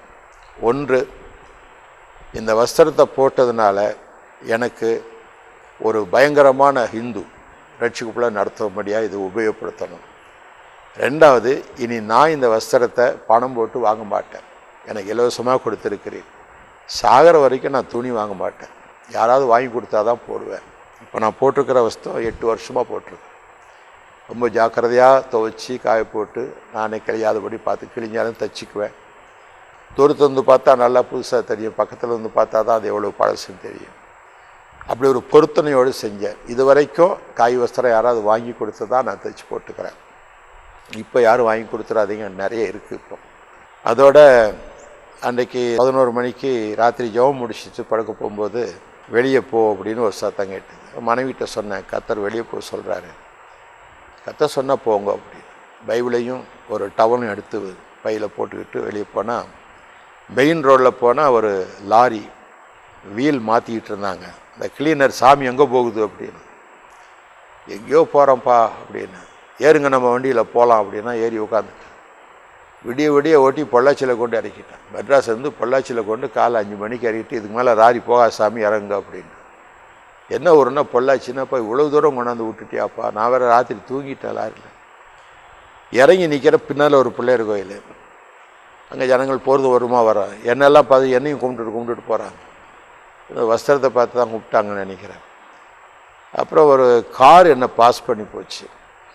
போன கார் ரிவர்ஸில் வந்தது. அது ஒரு ஒயிட் லேடி, வெள்ளைக்காரம்மா. கதவை திறந்து சாது கெட்டின் அப்படின்னாங்க. அவங்க தான் என்னை முத சாதுன்னு கூப்பிட்டாங்க. நான் ஏறி உட்காந்துட்டேன். ஏன்னா வெள்ளைக்காரங்கெல்லாம் கிறிஸ்தவங்களாக இருப்பாங்கன்னு ஒரு நம்பிக்கையில் உட்காந்து. அவங்க வீட்டுக்கு போய் உட்கார சொன்னாங்க. உட்காந்து பார்த்தா அவங்க டேபிளில் பகவத்கீதை இருக்குது, சில உபனிஷத்து இருக்குது, சரஸ்வதி பொம்மை இருக்குது, முருகன் படம் இருக்குது, திருப்பதி சாமி படம் இருக்குது. இப்படி எல்லாம் பார்த்துட்டு எனக்கு ஒரே ஆச்சரியம், என்ன இவங்க வெள்ளைக்காரம்மா மிஷினரி பங்களாவில் இருக்கிறாங்க, இந்த மாதிரி இருக்குதுன்ட்டு நான் அவங்கள கேட்டேன், இதெல்லாம் என்ன அப்படின்னு கேட்டேன். அவங்க சொன்னாங்க, எனக்கு கிறிஸ்தவங்க மேலே நம்பிக்கை போயிடுச்சு, நான் மிஷினரியாக வந்தேன், இந்த கிறிஸ்தவங்கள்லாம் பொய் சொல்லி என்கிட்ட பணம் பிடுங்குறாங்களே தவிர உண்மையாக யாரும் வாழலை. ஆனால் இந்துக்கள் உண்மையாக இருக்கிறாங்க, அன்பாக நேசிக்கிறாங்க. நான் அந்த பக்கம் போனால் என்னை கூப்பிட்டு இதை என்னமோ கொடுப்பாங்க, பழம்லாம் கொடுப்பாங்க, வீட்டுக்கு போனால் எல்லாம் வரவேற்கிறாங்க. ஆனால் நான் இந்துவாக மாறப்போகிறேன். இப்போ அடுத்த வாரம் எனக்கு ஹிந்து பேர் சரஸ்வதினு பேர் மாற்றி நான் இந்துவாக மாறப்போகிறேன். நீங்கள் இந்த கடவுளை பற்றி உங்கள்கிட்ட கேட்கலான்னு தான் கூட்டிகிட்டு வந்தேன், எனக்கு கொஞ்சம் இந்த கடவுளை பற்றி சொல்லுங்கள் அப்படின்னு. அச்சாப்பா ஒரு பெரிய மீனாக தான் ஆண்டவர் கொடுத்துருக்கிறாரு அப்படின்ட்டு நான் பைபிள் எடுக்கலை, இயேசு கிறிஸ்துன்ற வார்த்தையை உபயோகப்படுத்தலை, நான் படித்த வேதங்கள்லேருந்து சொல்லிகிட்டே வந்தேன். அது சொல்லி கடைசியில் அந்த தேவன் எனக்கு ஒரு புஸ்தகத்தை கொடுத்துருக்கிறாரு, அதுதான் உண்மையான வேதம், அதில் வர கடவுள் தான் உண்மையான கடவுள். நான் உடனே show me that book, I want to see, புஸ்தகம் பார்க்கணும், காட்டுங்கன்னு இந்த பைபிள் உள்ளேருந்து எடுத்து இப்படி காமிச்சேன். பைபிள்னு சொன்னாங்க, ஃபிட்ஸ் மாதிரி வந்து அப்படி கீழே விழுந்து பிறண்டு நுரையா வாயெல்லாம் வந்து நான் பயந்துட்டேன், இந்த மாதிரி செத்துக்கத்து போச்சுன்னா நம்மளை பிடிச்சி அரெஸ்ட் பண்ணிவிடுவாங்கன்னு ஒரு ஸ்டெப் வெளியில் வச்சுட்டேன், போகிறதுக்கு ரெடியாக இருந்தேன். அவங்க டக்குன்னு எந்திரிச்சு சாது டோன்ட் கோன்னு போய் பாத்ரூம் முகலாம் கழுவிட்டு வந்து தேம்பி அழுது சொன்னாங்க, நான் இவ்வளவு நல்ல வேதத்தை விட்டுட்டு நான் ஏதோ இவங்க மேலே இருக்கிற கோபத்தில் இந்துவாக மாறப்போனேன், வாட் அ ஸ்டூபிட் ஐ ஆம் அப்படின்ட்டு.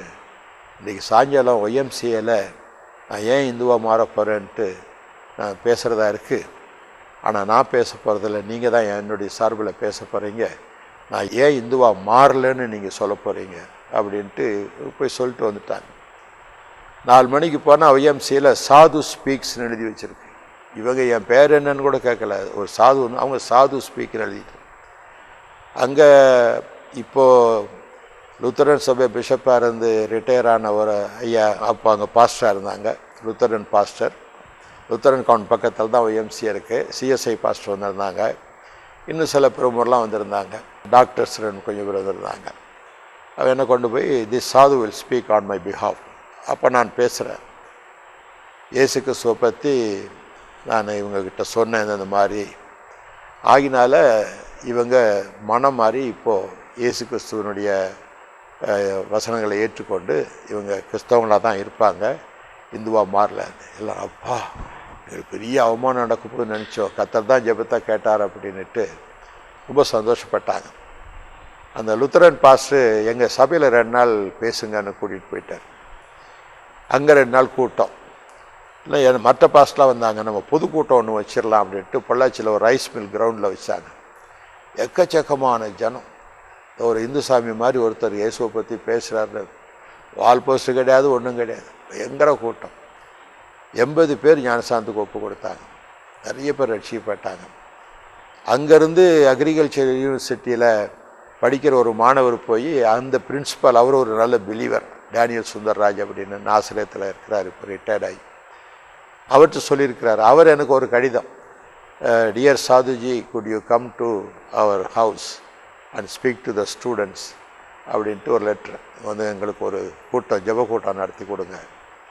சரி, அங்கே போனேன். போய் அவர் சொல்கிறாரு, அவரை பார்த்தா ஒரு யங் சாதுவாக இருக்கிறாரு, நான் சாதுனோட வயசானவர், நரச்சத்தாலும் முடிவிட வந்திருப்பார், அப்படின்னாரு. நான் சொன்னேன், நான் சாது இல்லைங்க, என் பேர் செல்லப்பா அப்படின்னு. அதனால என்ன, உங்களை சாது செல்லப்பான்னு கூப்பிட்றோம் அப்படின்னா. அன்னையிலேருந்து தான் எனக்கு சாது செல்லப்பான்னு பேர். அப்போ இந்த வஸ்திரம் போட்ட பிற்பாடு என்னுடைய ஊழியத்தில் ஒரு பெரிய மாறுதல்.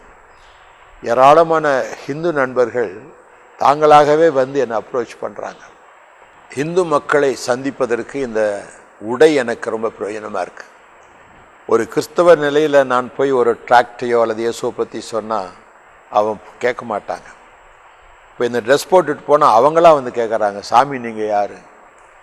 இந்த 2 வார்த்தை எனக்கு ரொம்ப பிரயோஜனம். நான் யாருன்னு அவங்களுக்கு சொல்கிறதுக்கு ஆதியிலேருந்து சொல்லுவேன். நான் படித்த இந்து வேதங்கள் இதெல்லாம் எப்படி இருக்குது, இயேசு தான் மெய்யான தெய்வம். அது மாதிரி பல பிரயோஜனங்கள் உண்டு. சில சமயத்தில் ஹோட்டலில் சாப்பிட்டுட்டு பில் கொடுக்க வேணாம், அவங்க கும்பிட்டு வேணாங்க, நீங்கள் சாப்பிட்டதே எங்களுக்கு ஆசீர்வாதம்ன்ற. அது மாதிரி இந்த ட்ரெஸ் போட்ட பின்னால் பெரிய மாறுதல், ஊழியத்தில் ஒரு பெரிய மாறுதல். இந்துக்களுக்காக என்னை அர்ப்பணித்ததுனால இந்துக்கள் மத்தியில் ஊழியம் செய்யணும்னு சொல்லி இந்த வேதங்கள் எல்லாம் சேர்த்து நம்ம பைபிளோட அதை கம்பேர் பண்ணுறதில்ல. பைபிளோட எதையும் கம்பேர் பண்ண முடியாது. ஆனால் அவங்கக்கிட்டேயும் சில உண்மை இருக்குதுன்றதை நம்ம மறுக்கவும் முடியாது. அந்த உண்மை இயேசு தான் சொல்லுதுன்றதை நம்ம எடுத்து சொல்லணும். மூட நம்பிக்கைகளை பற்றி அவங்களுடைய மார்க்கத்தாரே நிறைய பாடி வச்சுருக்காங்க. அதெல்லாம் நம்ம பயன்படுத்தக்கூடிய விதங்கள். இதனால் எனக்கு இந்து மக்கள் மத்தியில் நிறைய ஊழியம், குறிப்பாக இலங்கை தமிழர்கள் மத்தியில் நிறைய ஊழியத்தை கர்த்தர் கொடுத்தார். ஏராளமான இலங்கை வாழ் தமிழர்கள் இயேசுவை ஏற்றுக்கொள்வதற்கு கர்த்தர் பயன்படுத்தினார். அப்போது இப்படி பயன்படுத்தப்பட்டு வருங்காலத்தில் தான் நான் ஒரு மினிஸ்ட்ரி, அக்னி மினிஸ்ட்ரின்னு சொல்லி, அந்த அக்னின்ற பேர் நம்ம பைபிளும் இருக்குது. நம்முடைய தேவன் அக்னியாய் பட்சிக்கிற அக்னியாக இருக்கிறார். எலியாவுக்கு அக்னி மூலமாக தான் பதில் கொடுத்தார். இப்போ ரிக்வேதத்துலேயும் முதல் வார்த்தையை அக்னின்னு தான் ஆரம்பிக்குது. இந்துக்களுக்கும் அக்னின்றது அக்னி பகவான் அப்படின்னு சொல்லுவாங்க. அதனால் அந்த அக்னி மினிஸ்ட்ரிஸ்ன்னு வச்சு பொதுவாக இந்து மக்கள் மத்தியில் ஊழியத்தை ஆரம்பித்தோம். கொஞ்சம் கொஞ்சமாக அந்த ஊழியம் டெவலப் ஆச்சு. பிறகு ஒரு நல்ல ஒரு மெயின் ஸ்பீக்கருங்க கூடிய நிலையில் கர்த்தர் உயர்த்தினார். குடும்பத்தில் ரொம்ப வறுமை இருந்தது. 13 ஆண்டுகள் கிறிஸ்தவனாக வாழ்ந்த பின்னாலையும் கஷ்டப்படத்தான் செய்தேன். ஆனால் கடன் வாங்கிறத நிறுத்தினேன். அநேகரை கொண்டு கர்த்தர் போஷித்தார். ட்ரெஸ்ஸு முதல் கொண்டு அநேக வீட்டுக்கு போனால் பழைய பேண்ட்டு, துணி, சட்டைகள்லாம் வாங்கி பிள்ளைகளுக்கு கொடுப்பேன். அப்படி தான் எங்கள் பிள்ளைங்கள்லாம் வளர்ந்தாங்க. என் மனைவிக்கும் யாராவது உடுத்தின புடவையை தான் கேட்டு வாங்கி கொண்டாந்து கொடுப்பேன். அப்படி இருக்கும் காலத்தில் 1980ஆம் ஆண்டு நினைக்கிறேன், ஒரு சகோதரன் ஒரு மனைவியோட வீட்டுக்கு வந்தார். உங்கள் வீட்டில் ஒரு நைட் தங்கி உங்களோட ஜெபிக்கணுன்னார். என் சின்ன ரூம், இதில் படுக்கிறதுக்கே இடம் கிடையாது, நீங்களும் தங்கினா எப்படி இருக்கும், இல்லை நம்ம உட்காந்து பேசிக்கிட்டே இருப்போம் ராத்திரி முழுக்க. இது காலையில் போயிட்டாங்க. நான் வந்தாங்க, பேசினாங்க, போயிட்டாங்க அப்படின்ட்டு சொல்லி எவனையும் சொன்னேன். ஏதோ அவங்க நம்மளோட கஷ்டப்படுவாங்க போல இருக்குது, ஆறுதலாக 2 வார்த்தையை கேட்டு போயிருக்காங்க. பிறகு ஒரு மாதம் கழிச்சு இவங்க வந்தது அக்டோபரில். நவம்பரில் எனக்கு ஒரு லெட்ரு வந்தது பஹ்ரைன் என்ற இடத்துல இருந்து. தமிழ் கிறிஸ்தவ சபையில் நீங்கள் வந்து பிரசங்கிக்க முடியுமா அப்படின்னு கேட்டிருந்தாங்க. இப்போ நான் வர்றேன் அப்படின்னேன். இப்போ அந்த நேரம் தான் பாஸ்போர்ட் ஒன்று வாங்கணும்னு தோணுச்சு. திருச்சினாப்பள்ளியில் வந்து உடனே பாஸ்போர்ட்டுக்கு அப்ளை பண்ணி அது கிடச்சிது. அதுக்கப்புறம் அவங்க டிக்கெட்லாம் அனுப்பிச்சாங்க. போனேன் பஹ்ரைனுக்கு. பஹ்ரைனில் போய் ஃபஸ்ட்டு டே இப்போ ஏர்போர்ட்லேருந்து வெளியே போகும்போது சுவாமி கண்ணுன்னு ஒருத்தர் உயரமாக வந்து என்னை வரவேற்று, சாது செல்லப்பாவா அப்படின்னு. ஆமாம், வாங்க எங்கள் சபையிலேருந்து எல்லாம் வந்திருக்காங்க, இன்ட்ரொடியூஸ் பண்ணுறேன் அப்படின்ட்டு கூட்டிகிட்டு போனார். அங்கே போய் பார்த்தா இவர் செக்ரட்டரி, ஒரு ட்ரெஷரர் வரிசையாக சொல்லிட்டு வந்தால், எங்கள் வீட்டில் வந்து தங்கின 2 பேரும் அங்கே நிற்கிறாங்க. நல்லா நீட்டாக ட்ரெஸ் பண்ணியிருக்கிறாங்க. இவங்க டாக்டர் செல்வின், இவங்க டாக்டர் பத்மினி. அப்படிங்களா, நீங்கள் எங்கள் வீட்டுக்கு வந்தது மாதிரி தர. ஆமாம், நாங்கள் வந்தோம். என்ன டாக்டர் இவ்வளோ பெரிய ஆளாக இருந்துட்டு எங்கள் வீட்டில் வந்து குடிசையில்? இல்லை, உங்களை பற்றி நான் கேள்விப்பட்டேன், சில பேர் பொய்யெல்லாம் சொல்லுவாங்க, நேரடியாக வந்து பார்க்கலான்னு தான் வந்தேன். உங்களுக்கு வர செலவு, போகிற செலவு எல்லாம் நான் தான் ஏற்றுக்கொண்டிருக்கிறேன். நீங்கள் எங்கள் சபையில் பேசணும். என்னத்தை பேசணும் எனக்கு தெரியாது, நீங்கள் பேசுங்க அப்படின்ட்டார். இப்போ முதல் நாள் பிரசங்கம் போகிறேன். அவங்க என்னை வந்து பிரசங்கத்துக்கு முன்னால் ஒரு பாட்டு பாடி, பலிபீடத்தில் என்னை படைக்கிறேனே இந்த வேளை, பொன்னையும் பொருளையும் விரும்பேன், மண்ணின் வாழ்வை வெறுத்தேன் அப்படிலாம் பாடினாங்க. நான் பிரசங்கும் போது, பொன்னையும் பொருளையும் வெறுத்தவங்க இந்த ஊரில் என் வேலைக்கு வந்தீங்க? இங்கே வந்ததே பொண்ணும் பொருளும் சம்பாதிக்கத்தானே வந்திருக்கீங்க. நீங்கள் இந்தியாவில் இருந்திருக்கலாமே. மண்ணின் வாழ்வை வெறுத்தன்னு ஊரில் நிலமாக வாங்கி போடுறீங்களே, நீங்கள் பாடுற பாட்டுக்கும் உங்கள் வாழ்க்கைக்கு சம்மந்தமே இல்லையே அப்படின்ட்டு எடுத்த உடனே ஆரம்பித்தேன். எல்லாம் ஒரு மாதிரி கதி கலங்கி போயிட்டாங்க. ரொம்ப பின் ட்ராப் சைலன்ஸ் ஆகி போச்சு. எனக்கே மைனஸோட பயம், என்னடா இப்படி சொல்லிவிட்டோமே நம்ம பாட்டுக்கு அப்படின்னு. கூட்டம் முடிஞ்சோடனே அந்த பிரசிடெண்ட் அவர் வந்தார். பிரதர், நீங்கள் இந்த மாதிரிலாம் பேசுனீங்கன்னா காணிக்கை கிடைக்காது அப்படின்னாரு. சொன்னால், நான் காணிக்கைக்காக வரல, கர்த்தருடைய வசனத்தை சொல்ல வந்திருக்கேன், பிடிக்கலைன்னா அனுப்பிச்சிருங்க, நான் போயிடுறேன் அப்படின்னு. அப்புறம் இன்னொருத்தர் வந்தார். இல்லை நீங்கள் சொல்கிறது உண்மை, நீங்கள் உண்மையை பட்டவர்த்தனமாக சொல்கிறது நாங்கள் விரும்புகிறோம், நீங்கள் பிரசங்கிக்கணும் அப்படின்னா. 7 நாள் பிரசங்கம், 36 பேருக்கு ஞானசாரம் கொடுத்தேன். வேறு இல்லை, நிறைய பேர் ரட்சிக்கப்பட்டாங்க. நாஸ்திகவாதம் பண்ணவங்களாம் ரட்சிக்கப்பட்டாங்க. 7 நாளுக்கு மேலே இன்னும் 3 நாள் எக்ஸ்டெண்ட் பண்ணி ஒரு பைபிள் ஸ்டடியெல்லாம் வைக்கணும்னு சொல்லி சில கேள்விகள்லாம் கேட்டு இது பண்ணாங்க. நான் போகும்போது ஒரு சின்ன தகர டப்பா மாதிரி ஒரு பெட்டி, ட்ரங்க் பெட்டி தான் தூக்கிட்டு போயிருந்தேன். அவர் சொன்னார், இங்கே உள்ளவங்கெல்லாம் வசதியாக இருக்கிறாங்க, அவங்க கொடுக்குறத நீங்கள் தயவுசெய்து வாங்கிக்கோங்க, வேண்டான்னு மறுக்காதீங்க, 7 பிள்ளைங்க இருக்கிறான்னு சொல்கிறீங்க, உங்களை பற்றி நாங்கள் டாக்டர் சொல்லியிருக்கிறாரு அப்படின்னு. அப்புறம் கொஞ்சம் கொஞ்சமாக ஒருத்தராக வந்து கிஃப்டெல்லாம் கொடுத்தாங்க. ரூம் நிறைய பேக்காக வச்சுட்டு போயிட்டாங்க. 3 மணிக்கு வரேன்னாரு. வந்தார். வந்தோடனே எங்கள் பெட்டி எங்கேன்னாரு. அந்த தகர டப்பா தான் என் பெட்டி.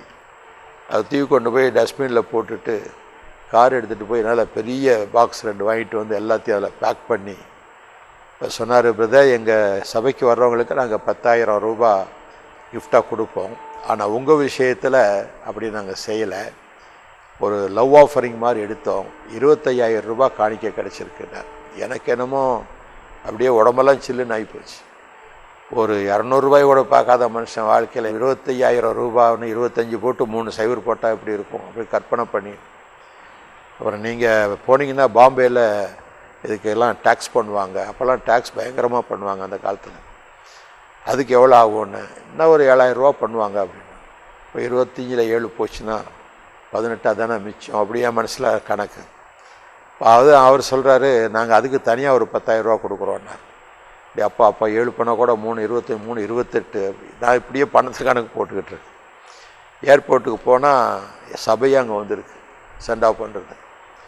ஒவ்வொருத்தரும் ஷேக் ஹேண்ட் பண்ணாங்க, போயிட்டு வாங்க பிரதர். உள்ளே குறுன்னு பார்த்தா ஏதோ ஒரு கரன்சி பாக்கெட்டில் போகணும்.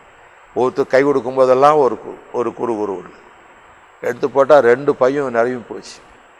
நல்ல வேலைக்கு 2 பை வச்சு ஜிப்பாக இருக்குது. அப்புறம் போனேன், ஃப்ளைட்டில் ஏறி உட்காந்துட்டேன். டேக் ஆஃப் பண்ணோடனே உள்ளே இருக்கிறதெல்லாம் மடியில் தூக்கி போட்டேன். இந்த பக்கத்தில் உட்காந்த சீட்காரன் என்னை ஒரு மாதிரியாக பார்க்குற வேற கொள்ளக்காரன் போல் இருக்குன்னு. நான் அவர்கிட்டே கேட்டேன், இந்த பணத்தெல்லாம் எப்படி இந்திய ரூபா மாற்றுறது அப்படின்னு. டேக்ஸ் கட்டணும், அந்த டைமில் எல்லாத்தையும் கொடுத்துருங்க, அவங்க டேக்ஸ் பிடிச்சிட்டு மிச்சத்தை கொடுத்துருவாங்க அப்படின்னு. கஸ்டம்ஸில் போனால் என்ன இருக்குது பெட்டியில் என்னாரு, எல்லாத்தையும் சொல்லிவிட்டேன், வரிசையாக இருக்கிறதெல்லாம் சொல்லிவிட்டேன். இதான் ஃபஸ்ட் டைமா அப்படின்னாரு. ஆமாம் அப்படின்னு. அதான் எல்லாத்தையும் சொல்கிறீங்க, பரவாயில்ல, எவ்வளோ சார் ஆகும் அப்படின்னு. எல்லாம் ஒரு 7,000 போட வேண்டியதாக இருக்கணும். அது அவ்வளோ தான் அவங்களும் சொன்னாங்க. 10,000 ரூபா கொடுத்துருக்குறாங்க எனக்கு, 7,000 போடுங்க அப்படின்னு. அவர் எழுதும்போது 2,000 எழுதிட்டார். அவர் என்ன இதில் எழுதினார் ஒருத்தர். நான் போயிட்டு திருப்பி உடைந்த, சார் நீங்கள் 7 சொன்னீங்க, 2 தான் எழுதியிருக்கீங்கன்னு. அப்படியா, சரி பரவாயில்ல போங்க அப்படின்ட்டு. இங்கே போய் அதை சொன்ன மாதிரி எல்லா பணத்தையும் தூக்கி கொடுத்தேன். அதெல்லாம் கவுண்ட் பண்ணி பார்த்துட்டு 1,11,000 ரூபா எனக்கு இந்தியன் கரன்சியில் கொடுத்தார். அதை வாங்கி கொண்டாந்து ஒரே நாளில் என்னுடைய எல்லா கடனையும் கட்டினேன். அதாவது எனக்கு கடன் கொடுத்து மறந்துட்டவனுக்கு கூட ஞாபகப்படுத்தி கொடுத்தேன். உங்கள்கிட்ட வாங்கினேன் இந்த கடனை பிடிச்சி. ஒருத்தர் சொன்னார், இவ்வளோ நாள் கழித்து கொண்டாந்து கொடுக்குறியப்பா, அது நானே மறந்துட்டேன், நீயே வச்சுக்க போன்னு நினச்சிட்டார். இந்த மாதிரிலாம் தேவன் பல அற்புதம் செய்தார். ஃபஸ்ட்டு டைமாக எங்கள் பிள்ளைங்க நல்ல துணி போட்டாங்க. அப்போ கோயம்புத்தூரில் இருக்கிறேன். கோயம்புத்தூர் உள்ள சிலர், இவர் நல்லா பிரசவம் பண்ணுறாரு, பிள்ளைங்க ஏன் இப்படி தரித்திரமாக இருக்குது அப்படின்னு பேசினா, அதே பாஸ்டர்ஸ் இப்போ அவர் உலகமாக மாறிட்டார், புது துணியாக போடுறாங்க அப்படியும் பேசினாங்க. எனக்கு இந்த ஊழியர்கள் என்று சொல்லக்கூடிய மனுஷர்களுக்குள்ள இப்படிப்பட்ட பேதகங்கள், காய்மகாரங்கள் இருக்கிறது இன்னும் மனசுக்கு ஒரு கவலை தான். நான் வெளிப்படையாக இருக்கிறேன், எல்லாரும் அப்படி இருக்கணும்னு விரும்புகிறேன். அப்படி அந்த ஊழியத்தில் 80ஆம் வருஷம் கிடைச்ச ஒரு ஆசீர்வாதம் என்னுடைய வாழ்க்கையில் ஒரு பெரிய ஆசீர்வாதம், மறக்க முடியாது. அந்த பெகரின் திருச்சபையை நான் மறக்கவும் முடியாது. அப்போ அங்கே இருந்தவங்கெல்லாம் இப்போ இல்லை. அநேக ஆண்டுகள் கழித்து இப்போ சமீபத்தில் பெகரின் போயிட்டு வந்தேன். இப்படி ஊழியங்களை பணம் வரும்போது அதை நான் சொந்தமாக ஒரு வீடு வாங்கியிருக்கலாம் சேகரித்து, அது நிலங்கள்லாம் வாங்கியிருக்கலாம். அதை செய்ய எனக்கு மனசு இல்லை. கர்த்தர் கொடுக்குறதெல்லாம் ஊழியத்துக்குன்னு தான் கொடுக்குறாங்க. உங்கள் நிலம் வாங்கிறதுக்கு கொடுங்க, வீடு கட்டிக்குங்கன்னு யாரும் கொடுக்கறதில்ல. ஊழியத்துக்கு வச்சுக்கோங்க. ஊழியத்துக்குன்னு கொடுத்த பணத்தை மிச்சம் பண்ணி நான் வீடு கட்டி கர்த்தர் வீட்டை கொடுத்தாருன்னு சாட்சி சொல்ல முடியாது. அந்த ஒரு பயத்தினால நான் சொந்த வீடை பற்றி நினைக்கல. அப்போது ஊழியங்களை கர்த்தர் நல்லா ஆசீர்வதிச்சிட்டு வந்தார். கிடைக்கிற பணத்தை பொது சேவைகள், ஊழியங்களை ஸ்தாபிக்கிறது, சர்ச் பிளான்டேஷன். அதுக்கப்புறம் இப்போ சமீபத்தில் போன ஆண்டு பிராமணர்கள் ரட்சிக்கப்பட்டால் இந்து மார்க்கம் தானாக போயிடும், அதனால் பிராமணர்களுக்கு ஒரு ஊழியம் ஆரம்பிக்கணும்னு கிறிஸ்தவ பிராமண சேவா சமிதின்னு ஒரு இயக்கம் ஆரம்பித்து ரட்சிக்கப்பட்ட பிராமணர்கள்லாம் ஒன்றாக்கி அவங்களுக்கு வேத மந்திரத்தை சொல்லிக் கொடுத்து பிராமணனை கொண்டே பிராமணனுக்கு சுவிசேஷத்தை சொல்கிற ஒரு இயக்கத்தை ஆரம்பித்து அதுக்கு இப்போ ஒரு பகுதியை நான் ஒதுக்கியிருக்கிறேன். ஒரு 80க்கும் அதிகமான பிள்ளைகளை படிக்க வச்சுருக்கேன். இப்போ ரைட்னா 38 ஏழை பிள்ளைகளுக்கு நான் அவங்கள ஆர்ஃபனேஜ் மாதிரி தனியாக கொண்டாந்து வைக்கல. அவங்க வீட்டோடு தான் இருப்பாங்க. நான் கொடுக்குற காசு அந்த ஏழை குடும்பத்தில் ஒரு நேரம் நல்ல சாப்பாடு சாப்பிட்றதுக்கும் பிரயோஜனம், பையன் பள்ளிக்கூடத்துக்கும் படிக்கிறான். ஒரு பையன் MBBS வரைக்கும் படிக்க உதவி செய்தேன். இப்போ அவன் டாக்டராக இருக்கிறான். அவன் வந்து கேட்டால், ஐயா நீங்கள் எனக்கு உதவி செஞ்சீங்க, நான் இப்போ சம்பாதிக்கிறேன், பணத்தை கொஞ்சம் கொஞ்சமாக கொடுக்கட்டுமானாரு. இல்லை தம்பி, 2 பிள்ளைங்க படிக்கிறதுக்கு உதவி செய்ய அப்படின்னு. இப்போ அவர் 2 பிள்ளைகளுக்கு படிக்கிறதுக்கு உதவி செய்கிறார். பாம்பேயில் பாலச்சந்தர்னு ஒருத்தர் பைலட்ஸுக்கு டீச்சராக இருக்கிறார். அவர் எங்கள் வீட்டில் வளர்த்து நாங்கள் தான் படிக்க வச்சு அவருக்கு உதவி செய்தோம். இந்த மாதிரி அநேக காரியங்கள். இப்போ குன்னூரில் 2 வாலிப பிள்ளைகள், தாப்பம் இல்லாத பிள்ளைகள், தாய் தேயிலை தோட்டத்தில் இலை கழிட்டுருக்குறாங்க, அவங்களுக்கு உதவி செய்கிறேன். ஒரு பாஸ்டர், படிக்காத ஒரு பாஸ்டர், அவர் ஜிம்னாசியம் செஞ்சவர். அப்படிப்பட்ட மனுஷனை இன்றைக்கி எங்கள் வீட்டில் எங்கள் ஆஃபீஸில் அட்டெண்டராக வச்சு இன்றைக்கி பாஸ்டர் ஆக்கி விட்டுருக்குறேன். அவருக்கு ஒரு வீடு கட்டி கொடுத்துருக்கேன், சபை கட்டி கொடுத்துருக்கேன். இறையூர்ன்ற ஒரு ஊரில் சபை கட்டுறதுக்கு கிடைச்ச காசெல்லாம் சபை கட்டுறதுக்கும் ஊழியர்களுக்கு வீடு கட்டிய மனைவி சொல்லுவாள், அவனுக்கெல்லாம் வீடு கட்டுறீங்களா, நமக்கு ஒரு வீடு கட்ட மாட்டேன்றீங்களே, நமக்குன்னு யாராவது ஒருத்தர் கொடுப்பாங்கம்மா, அப்போ வாங்கிக்கலாம் வீடு, இல்லைன்னா பரலோகத்தில் கட்டுற வீடு போதும் அப்படின்னு சொல்லிவிடுவேன். இது வரைக்கும் வீடு கட்டுற ஐடியாவே கிடையாது. அவருடைய பிள்ளைகள் 2 இப்போது மனைவியும் படிக்கலை, அவரும் படிக்கலை. ஆனால் அவங்க பிள்ளைங்க ஒன்று இப்போ காலேஜில் படிக்குது. தேவன் அதுக்கேற்ற ஞானத்தை கொடுத்துருக்கிறார். ஒரு பிள்ளை காலேஜ் படி, ஒன்று இப்போ +2 எக்ஸாம் எழுத போகுது. 2 பெண் பிள்ளைகள். ஒரு பிராமண சகோதரி, ஒரு பைத்தியக்காரி மாதிரி டிப்ரெஸ்ட் உமன், ஒரே ஒரு குழந்தைய கொடுத்துட்டு புருஷன் வேறு ஒருத்தையை கூட்டிகிட்டு போயிட்டான். அதை ஆதரித்து அதை ஒரு நாள் நீ கிறிஸ்தவளை ஆகுன்னு நான் சொல்லவே இல்லை. இன்னும் அது பிராமண ஸ்திரீ தான் இருக்குது. இப்போ பையன் 10th எழுதுகிறான். அந்த பையன் நான் சொன்னான்னா, இந்த ஐயா நம்மளை வந்து கிறிஸ்தவனாகன்னு ஒரு வார்த்தை கூட சொல்லலை, தொடர்ந்து மாதம் மாதம் இவ்வளோ பணம் கொடுக்குறாரு நமக்கு, என்னை படிக்க வைக்கிறாரு, அவர் வணங்குற தெய்வம் தாம்மா உண்மையான தெய்வம், நம்ம கிறிஸ்துவுக்குள்ளே வந்துடணும்னு சொல்லி அந்த பையனால் இப்போ அவங்க கிறிஸ்துவுக்குள்ளே வந்திருக்கிறாங்க. அப்படி சில காரியங்களை செய்கிறத பார்த்து அநேக மக்கள் இந்த ஊழியத்துக்காக உதவி செய்கிறாங்க. மற்ற எனக்கு வெளிநாட்டு வருமானம் எதுவும் இல்லை, எந்த ஒரு வெளிநாட்டு ஸ்தாபனமும் எனக்கு உதவி செய்யலை. சிலர் என்னை பார்க்கும்போது உங்களுக்கு எங்கேருந்து உதவி வருதுன்னு கேட்பாங்க. நான் பரலோகத்திலிருந்து வருதுன்னு சொல்லுவேன். நான் பரலோகவாசிகளாக விசுவாசிகள் அனுப்புகிற காணிக்கை தான் என்னுடைய உதவி. சில சமயத்தில் யாராவது லம்பாக ஒரு 20,000 30,000 கொண்டாந்து கொடுப்பாங்க, அது எனக்கு பம்பர் ஆஃபர் மாதிரி. மற்றதெல்லாம் எளிமையான காணிக்கை. பிரசவம் பண்ண போகிற இடத்துல எனக்கு இவ்வளோ 1000 கொடுங்க, அவ்வளோ 1000 கொடுங்க அப்படின்னு டிமாண்ட் பண்ணுறதில்ல. சில இடத்துல என்னை ஏமாற்றுவாங்க, அவங்க திருப்பி கூப்பிட்டாங்கன்னா டிமாண்ட் பண்ணுவேன். மற்றபடி யாராவது முதல்ல போவேன், அவங்களாம் நல்லா காணிக்கை கொடுத்தாங்கன்னா சந்தோஷம், இல்லை திருப்பியும் கூப்பிட்டாங்கனாக்கா எனக்கு இவ்வளோ கொடுக்கணும்னு சொல்லிடுவேன். ஏன்னா அவங்க ஒரு பேர் உள்ள ஒருத்தர் வரும்போது நமக்கு கூட்டம் வரும், காணிக்கை சேர்க்கலாம், அப்படி எண்ணி கூப்பிட்றவங்களும் உண்டு. நிறைய வியாபார நோக்கத்தோடு ஒளியை செய்கிறவங்களும் இருக்கிறாங்க. அப்படி பல தரப்பட்ட அனுபவங்கள் என்னுடைய ஆரம்ப வாழ்க்கையிலிருந்தே என்னுடைய பார்வையில் பெற்று தெளிவடைஞ்சு 42 வருஷ கால ஊழியத்தில் நான் கற்றுக்கொண்ட பாடங்கள் அனுபவம் தான். வேதம் என்னுடைய அனுபவம். நான் ஒரு பைபிள் செமினரில் போய் பாஸ்டருக்கெல்லாம் படிக்கலை, தியாலஜி படிக்கலை. ஆனால் வேத சத்தியங்களை திரும்ப திரும்ப திரும்ப படித்து அதில் உள்ள ஒவ்வொன்றுக்கும் கேள்வி கேட்டு, யோவேலில் அதற்கு பின்பு மாம்சமான யாவர் மேலும் என் ஆவியை ஊற்றுவேன்னு ஒரு வசனம், இதை எல்லாரும் பயன்படுத்துகிறாங்க, ஆவின விஷயத்துக்கெல்லாம் சொல்கிறாங்க. ஆனால் என்னுடைய மனசில் அதற்கு பின்புன்னு இருக்க, எதற்கு பின்பு இதை செய்வார் அப்படி ஒரு கேள்வி வரும். அப்போ அதுக்கு முன்னால் உள்ளதெல்லாம் படிப்பேன். அப்போ அதுக்கு முன்னால் உள்ளது என்ன சொல்லுது? நீ மனம் திரும்பு, அழு, உன் பாவத்தை காதறி, ஒப்பு கொடு, ஆண்டவருக்கு முன்னவா, அதற்கு பின்பு என் மாம்சமான யார் மேலே ஆவியை ஊற்றுவேன். திடீர்னு எல்லாரும் மேலே ஆவியை ஊற்றுவாரோன்னா எல்லாம் ஓன்னு கத்துறாங்க. அது அப்படிப்பட்ட உணர்ச்சி வசப்பட்ட பிரசங்கத்தை நான் செய்கிறதில்லை. உணர்வூட்டி கத்தர் பரலத்திலிருந்து கொட்டுவார், அப்படி செய்வார், வானத்தின் பலகனி திறந்து இடங்கொள்ளாமல் போகும் மட்டும் எல்லாம் ஃபைனான்ஸை தான் பேசுகிறாங்க. ஆசீர்வாதம்னு சொல்கிறது ஃபைனான்ஸில் இல்லை, தேவனுடைய ஆசீர்வாதம் விதவிதமாக இருக்குது. அப்படிப்பட்ட ஒரு எளிமையான ஊழியம். அழைக்கிற இடத்துக்கு போகிறேன், அது எந்த சபைன்னு நான் பார்க்குறதில்ல. இப்போ என்னுடைய மகன் ஒரு சமயம் நான் ஊழியம் செய்யும்போது அவர் காலேஜில் படித்தார், நல்ல கிட்டாரிஸ்ட், ட்ரக் அடிக்டாக போயிட்டார். அதுக்கப்புறம் நாங்கள் மகனை ஒன்றுமே சொல்லலை, நானும் என் மனைவியும் ஜெபிக்க ஆரம்பித்தோம். ஒரு நாள் அவரை பார்த்து அவராக வந்து கதறி அழுது, நான் இனிமேல் அப்படி செய்ய மாட்டேன்ப்பா, மன்னிச்சிருங்கன்னு சொல்லி, இன்றைக்கு அவர் பாஸ்டராக இருக்கிறார். அவருடைய சபையில் நான் மெம்பராக இருக்கேன். அப்படி மகன் சபைக்கு உதவியாக இருந்து செய்கிறேன். எறையூரில் எனக்கு ஒரு சபை உண்டு, கிராம சபை உண்டு. ஆதம்பாக்கத்தில் ஒரு சபை உண்டு, அதில் தான் அந்த ஜிம்னாசியம் பண்ண பிரதர் பாஸ்டராக இருக்கிறாரு. நான் நிறைய சபை வச்சுருந்தேன். இப்போது அந்த பொறுப்புகள் நடத்த முடியாது, நிறைய பேரை வச்சுக்கிட்டா ஒழுங்காக செய்ய முடியாது. அதனால் எல்லாம் இண்டிபெண்ட் ஆக்கி விட்டுட்டு, நீங்களே பார்த்துக்கங்க, இனிமேல் நான் வேண்டாம், வளர்ச்சி அடைஞ்சிட்டிங்க, நீங்களே சமாளிங்க. 3 சபை தான் இப்போ என்னுடைய மேற்பார்வையில் இருக்குது. நான் சபை போதகராக இல்லை, பாஸ்டர் இல்லை, நான் எவாஞ்சலிஸ்ட். ஆகவே என்னுடைய மினிஸ்ட்ரிக்காக ஜெபம் பண்ணுங்க, என் குடும்பத்துக்காக ஜெபம் பண்ணுங்க. இன்னும் எத்தனை ஆண்டுகள் எனக்கு ஆண்டவர் ஜீவனை கொடுப்பாருன்னு எனக்கு தெரியாது. ஆனால் ஜீவனுள்ள வரைக்கும் அவருக்கு ஊழியம் செய்யணுன்னு ஒரு ஆசை வேணும். ஜெபமெல்லாம் ஆண்டவரே படுக்கையில் போட்டுறாதீங்க, நான் நோய்வாய்ப்பட்டு படுத்திருக்கக்கூடாது. ஒருவேளை பிரசங்கம் பண்ணும்போதே என் ஆவி பிரிஞ்சாலும் எனக்கு சந்தோஷம்தான். அப்படி நான் சோம்பேறியாக ஒரு படுக்கையில் கிடக்கிறதுக்காக நீ என்னை அழைக்கலை. அதனால் மரணமும் எனக்கு சடுதியாக வரும்படி செய்யும் அப்படின்னு தான் நான் ஜெபிப்பேன். என் குடும்பத்தில் பிள்ளைகள் எல்லாருமே படித்தவங்க, கிராஜுவேட்ஸு. ஆனால் ஒருத்தரும் உலக வேலைக்கு போகல, எல்லாம் அந்த ஊழியம் தான் செய்கிறாங்க. ஒவ்வொருத்தருக்கும் ஒரு ஊழியம். ஒரு மகன் ஸ்லம் ஏரியாவில் மினிஸ்ட்ரி பண்ணுறாரு, இன்னொரு மகன் சபை வச்சுருக்கிறாரு. 5 பெண்கள், 5 பெண்களுக்கும் கல்யாணம் பண்ணி கொடுத்தேன். எங்கள் அண்ணன் அடிக்கடி என்னை கிண்டல் பண்ணுவார், 5 பொண்ணு பிறந்தா அரசனே ஆண்டியாவா, நீ ஏற்கனவே ஆண்டியாக இருக்கிறே, என்னடா ஆவா அப்படின்னா.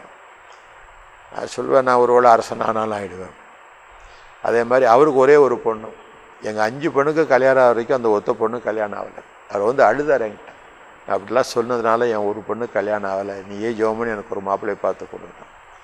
இப்படி குடும்பத்தில் ஒதுக்கப்பட்ட என்ன ஆண்டவர் குடும்பத்துக்கு ஒரு சாட்சியாக வச்சுருக்காங்க. எல்லா ஒரு காரியனாலும் எங்கள் அப்பா அம்மா மேற்கொண்டு என்னை கேட்டு தான் செய்வாங்க, நீ ஜெபம் பண்ணி சொல்லு அப்படிப்பா.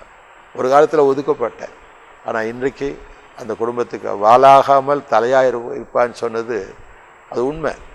நீ கீழாகாமல் மேலாவாயின்னு சொன்னார். இன்றைக்கி அந்த வசனமெல்லாம் நான் உணர்கிறேன்.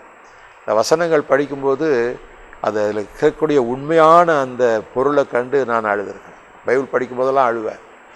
எங்கள் பிள்ளைங்க ஓடி சொல்லும், அம்மா அப்பா அழுதுகிட்டு இருக்கிறாங்கண்ணா. வந்து பார்த்துட்டு பைபிள் படிக்கிறாங்க, நான் பைபிள் படிக்கும்போது அழணுமா அப்படின்னு கேட்கும் பிள்ளைக்கு. அப்படி அந்த பைபிள் படித்ததுனால பிள்ளைகள் இன்றைக்கி ஒழுங்காக படிக்குது. என் மக ஃபஸ்ட்டு பேத்தி பிறந்தா, வீட்டில் போய் பார்த்துட்டு ஜெபம் பண்ணும்போது தொட்டில் கிடந்த பிள்ளைய தூக்கி முன்னால் கொண்டாந்து கிடத்தினேன். ஏமா அது தொட்டில் கிடக்குது, ஏன் இங்கே கொண்டாடுறேன்? இல்லைப்பா, ஜெபிக்கிற சத்தம் காதில் போட்டும், இப்போ இருந்தே அது ஜெபத்தில் வளரட்டும். அப்படி பிள்ளைகள் தங்கள் பிள்ளைகளை கர்த்தருக்குள் வளர்க்குறதுக்கு எங்களை கர்த்தர் பயன்படுத்தினார். இப்படி குடும்ப வாழ்க்கை எப்படி இருக்கணும், சமுதாயத்தில் நம்ம எப்படி இருக்கணும், சபையில் எப்படி இருக்கணும், இந்த 3க்கும் ஒரு சரியானபடி நம்முடைய வாழ்க்கையை அமைத்து கொள்வது நல்லது. என்னுடைய வாழ்க்கையில் எத்தனையோ ஏற்றத்தாழ்வுகள் உண்டு. 2 முறை பின்மாறி இருக்கிறேன். அந்த பின்மாற்றத்துக்கு காரணம் ஒன்று பண சிக்கல். ஆனால் அதை சுந்தரம் ஐயா என்னை திருப்பியும் புதுப்பிச்சு கொடுத்தார். நீ எந்த கல்லில் இடறி விழுந்தாயோ அந்த கல்லையே நீ முன்னேறும் படிக்கல்லாக மாற்று அப்படின்னார். இன்னும் அந்த சத்தம் என் காதில் இருக்கு. ஒரு முறை நான் பாவத்தில் விழலை, நான் பாவத்துக்கு உள்ளாக்கப்படும் நிலைமைக்குள் தள்ளப்பட்டேன். ஆனால் கர்த்தர் அதிலிருந்து மீண்டும் தூக்கி எடுத்தார். இப்படி எனக்கு சோதனை வரல, நான் பின்மாற்றத்தில் போகலன்னா சொல்ல மாட்டேன். எனக்குள்ளே இருக்கக்கூடிய பிழைகள் யாராவது திருத்தினா நான் திருத்திக் கொள்வேன். என்னை விட இளைஞராக இருந்து சொன்னாலும் நான் திருத்திக் கொள்வேன். கோயம்புத்தூரில் ஒரு தரம் சிஎஸ்ஐ சபையில் பேசும்போது ரெபேக்கால அவங்க அப்பா போய் கேட்டார், இந்த ஆளை கல்யாணம் இவனோட போறாயான்னு கேட்டார். கூட்டம் முடிஞ்சோடனே ஒரு வாலிப பெண் வந்து அவங்க அப்பா கேட்கல, எல்லாரும் கேட்டாங்கன்னு தான் பைபிளில் போட்டிருக்கு அப்படின்னு. ஆனால் அந்த பிரசங்கத்தை விட்டுட்டு எல்லாரும் கேட்டாங்கன்னு சொல்லி, ஏதாவது ஒரு தவறு செஞ்சால் திருத்தும் போது நம்ம அது சரி பண்ணி நம்ம மேலே தப்பு இருந்தால் திருத்தி கொள்வது நல்ல குணம். ஆண்டவர் ஒவ்வொருத்தரும் எதிர்பார்க்கிறார். வாழ்க்கையில் அதை கடைப்பிடிக்கிற. இன்றைக்கும் நான் புஸ்தகம் எழுதும்போது கூட தவறு இருந்தால் என்னை திருத்துங்கன்னா எழுதுவேன். அப்போது வாழ்க்கையில் நான் பெர்ஃபெக்ட்னு சொல்ல மாட்டேன், பெர்ஃபெக்ஷனை நோக்கி நடந்து கொண்டிருக்கும். பரிசுத்தமாகுதலை தெய்வ பயத்தோடே பூர்ணப்பட்டவன் அல்ல. பவுலே அப்படி சொல்லலை. இதான் என்னுடைய சாட்சி. இன்னும் எஞ்சிய காலம் எப்படி போகுமோ எனக்கு தெரியாது. 75வது வயதில் சாட்சி கொடுக்கும்படி தேவன் கிருபை செய்திருக்கிறார். நான் முதல் வெளியிடுகிற சாட்சி, முழு சாட்சி இந்த இடத்துல பதிவு பண்ணும்படியாக கர்த்தர் கிருபை செய்தார். நன்றி. கர்த்தர் உங்களை ஆசீர்வதிப்பாராக. ஆமென்.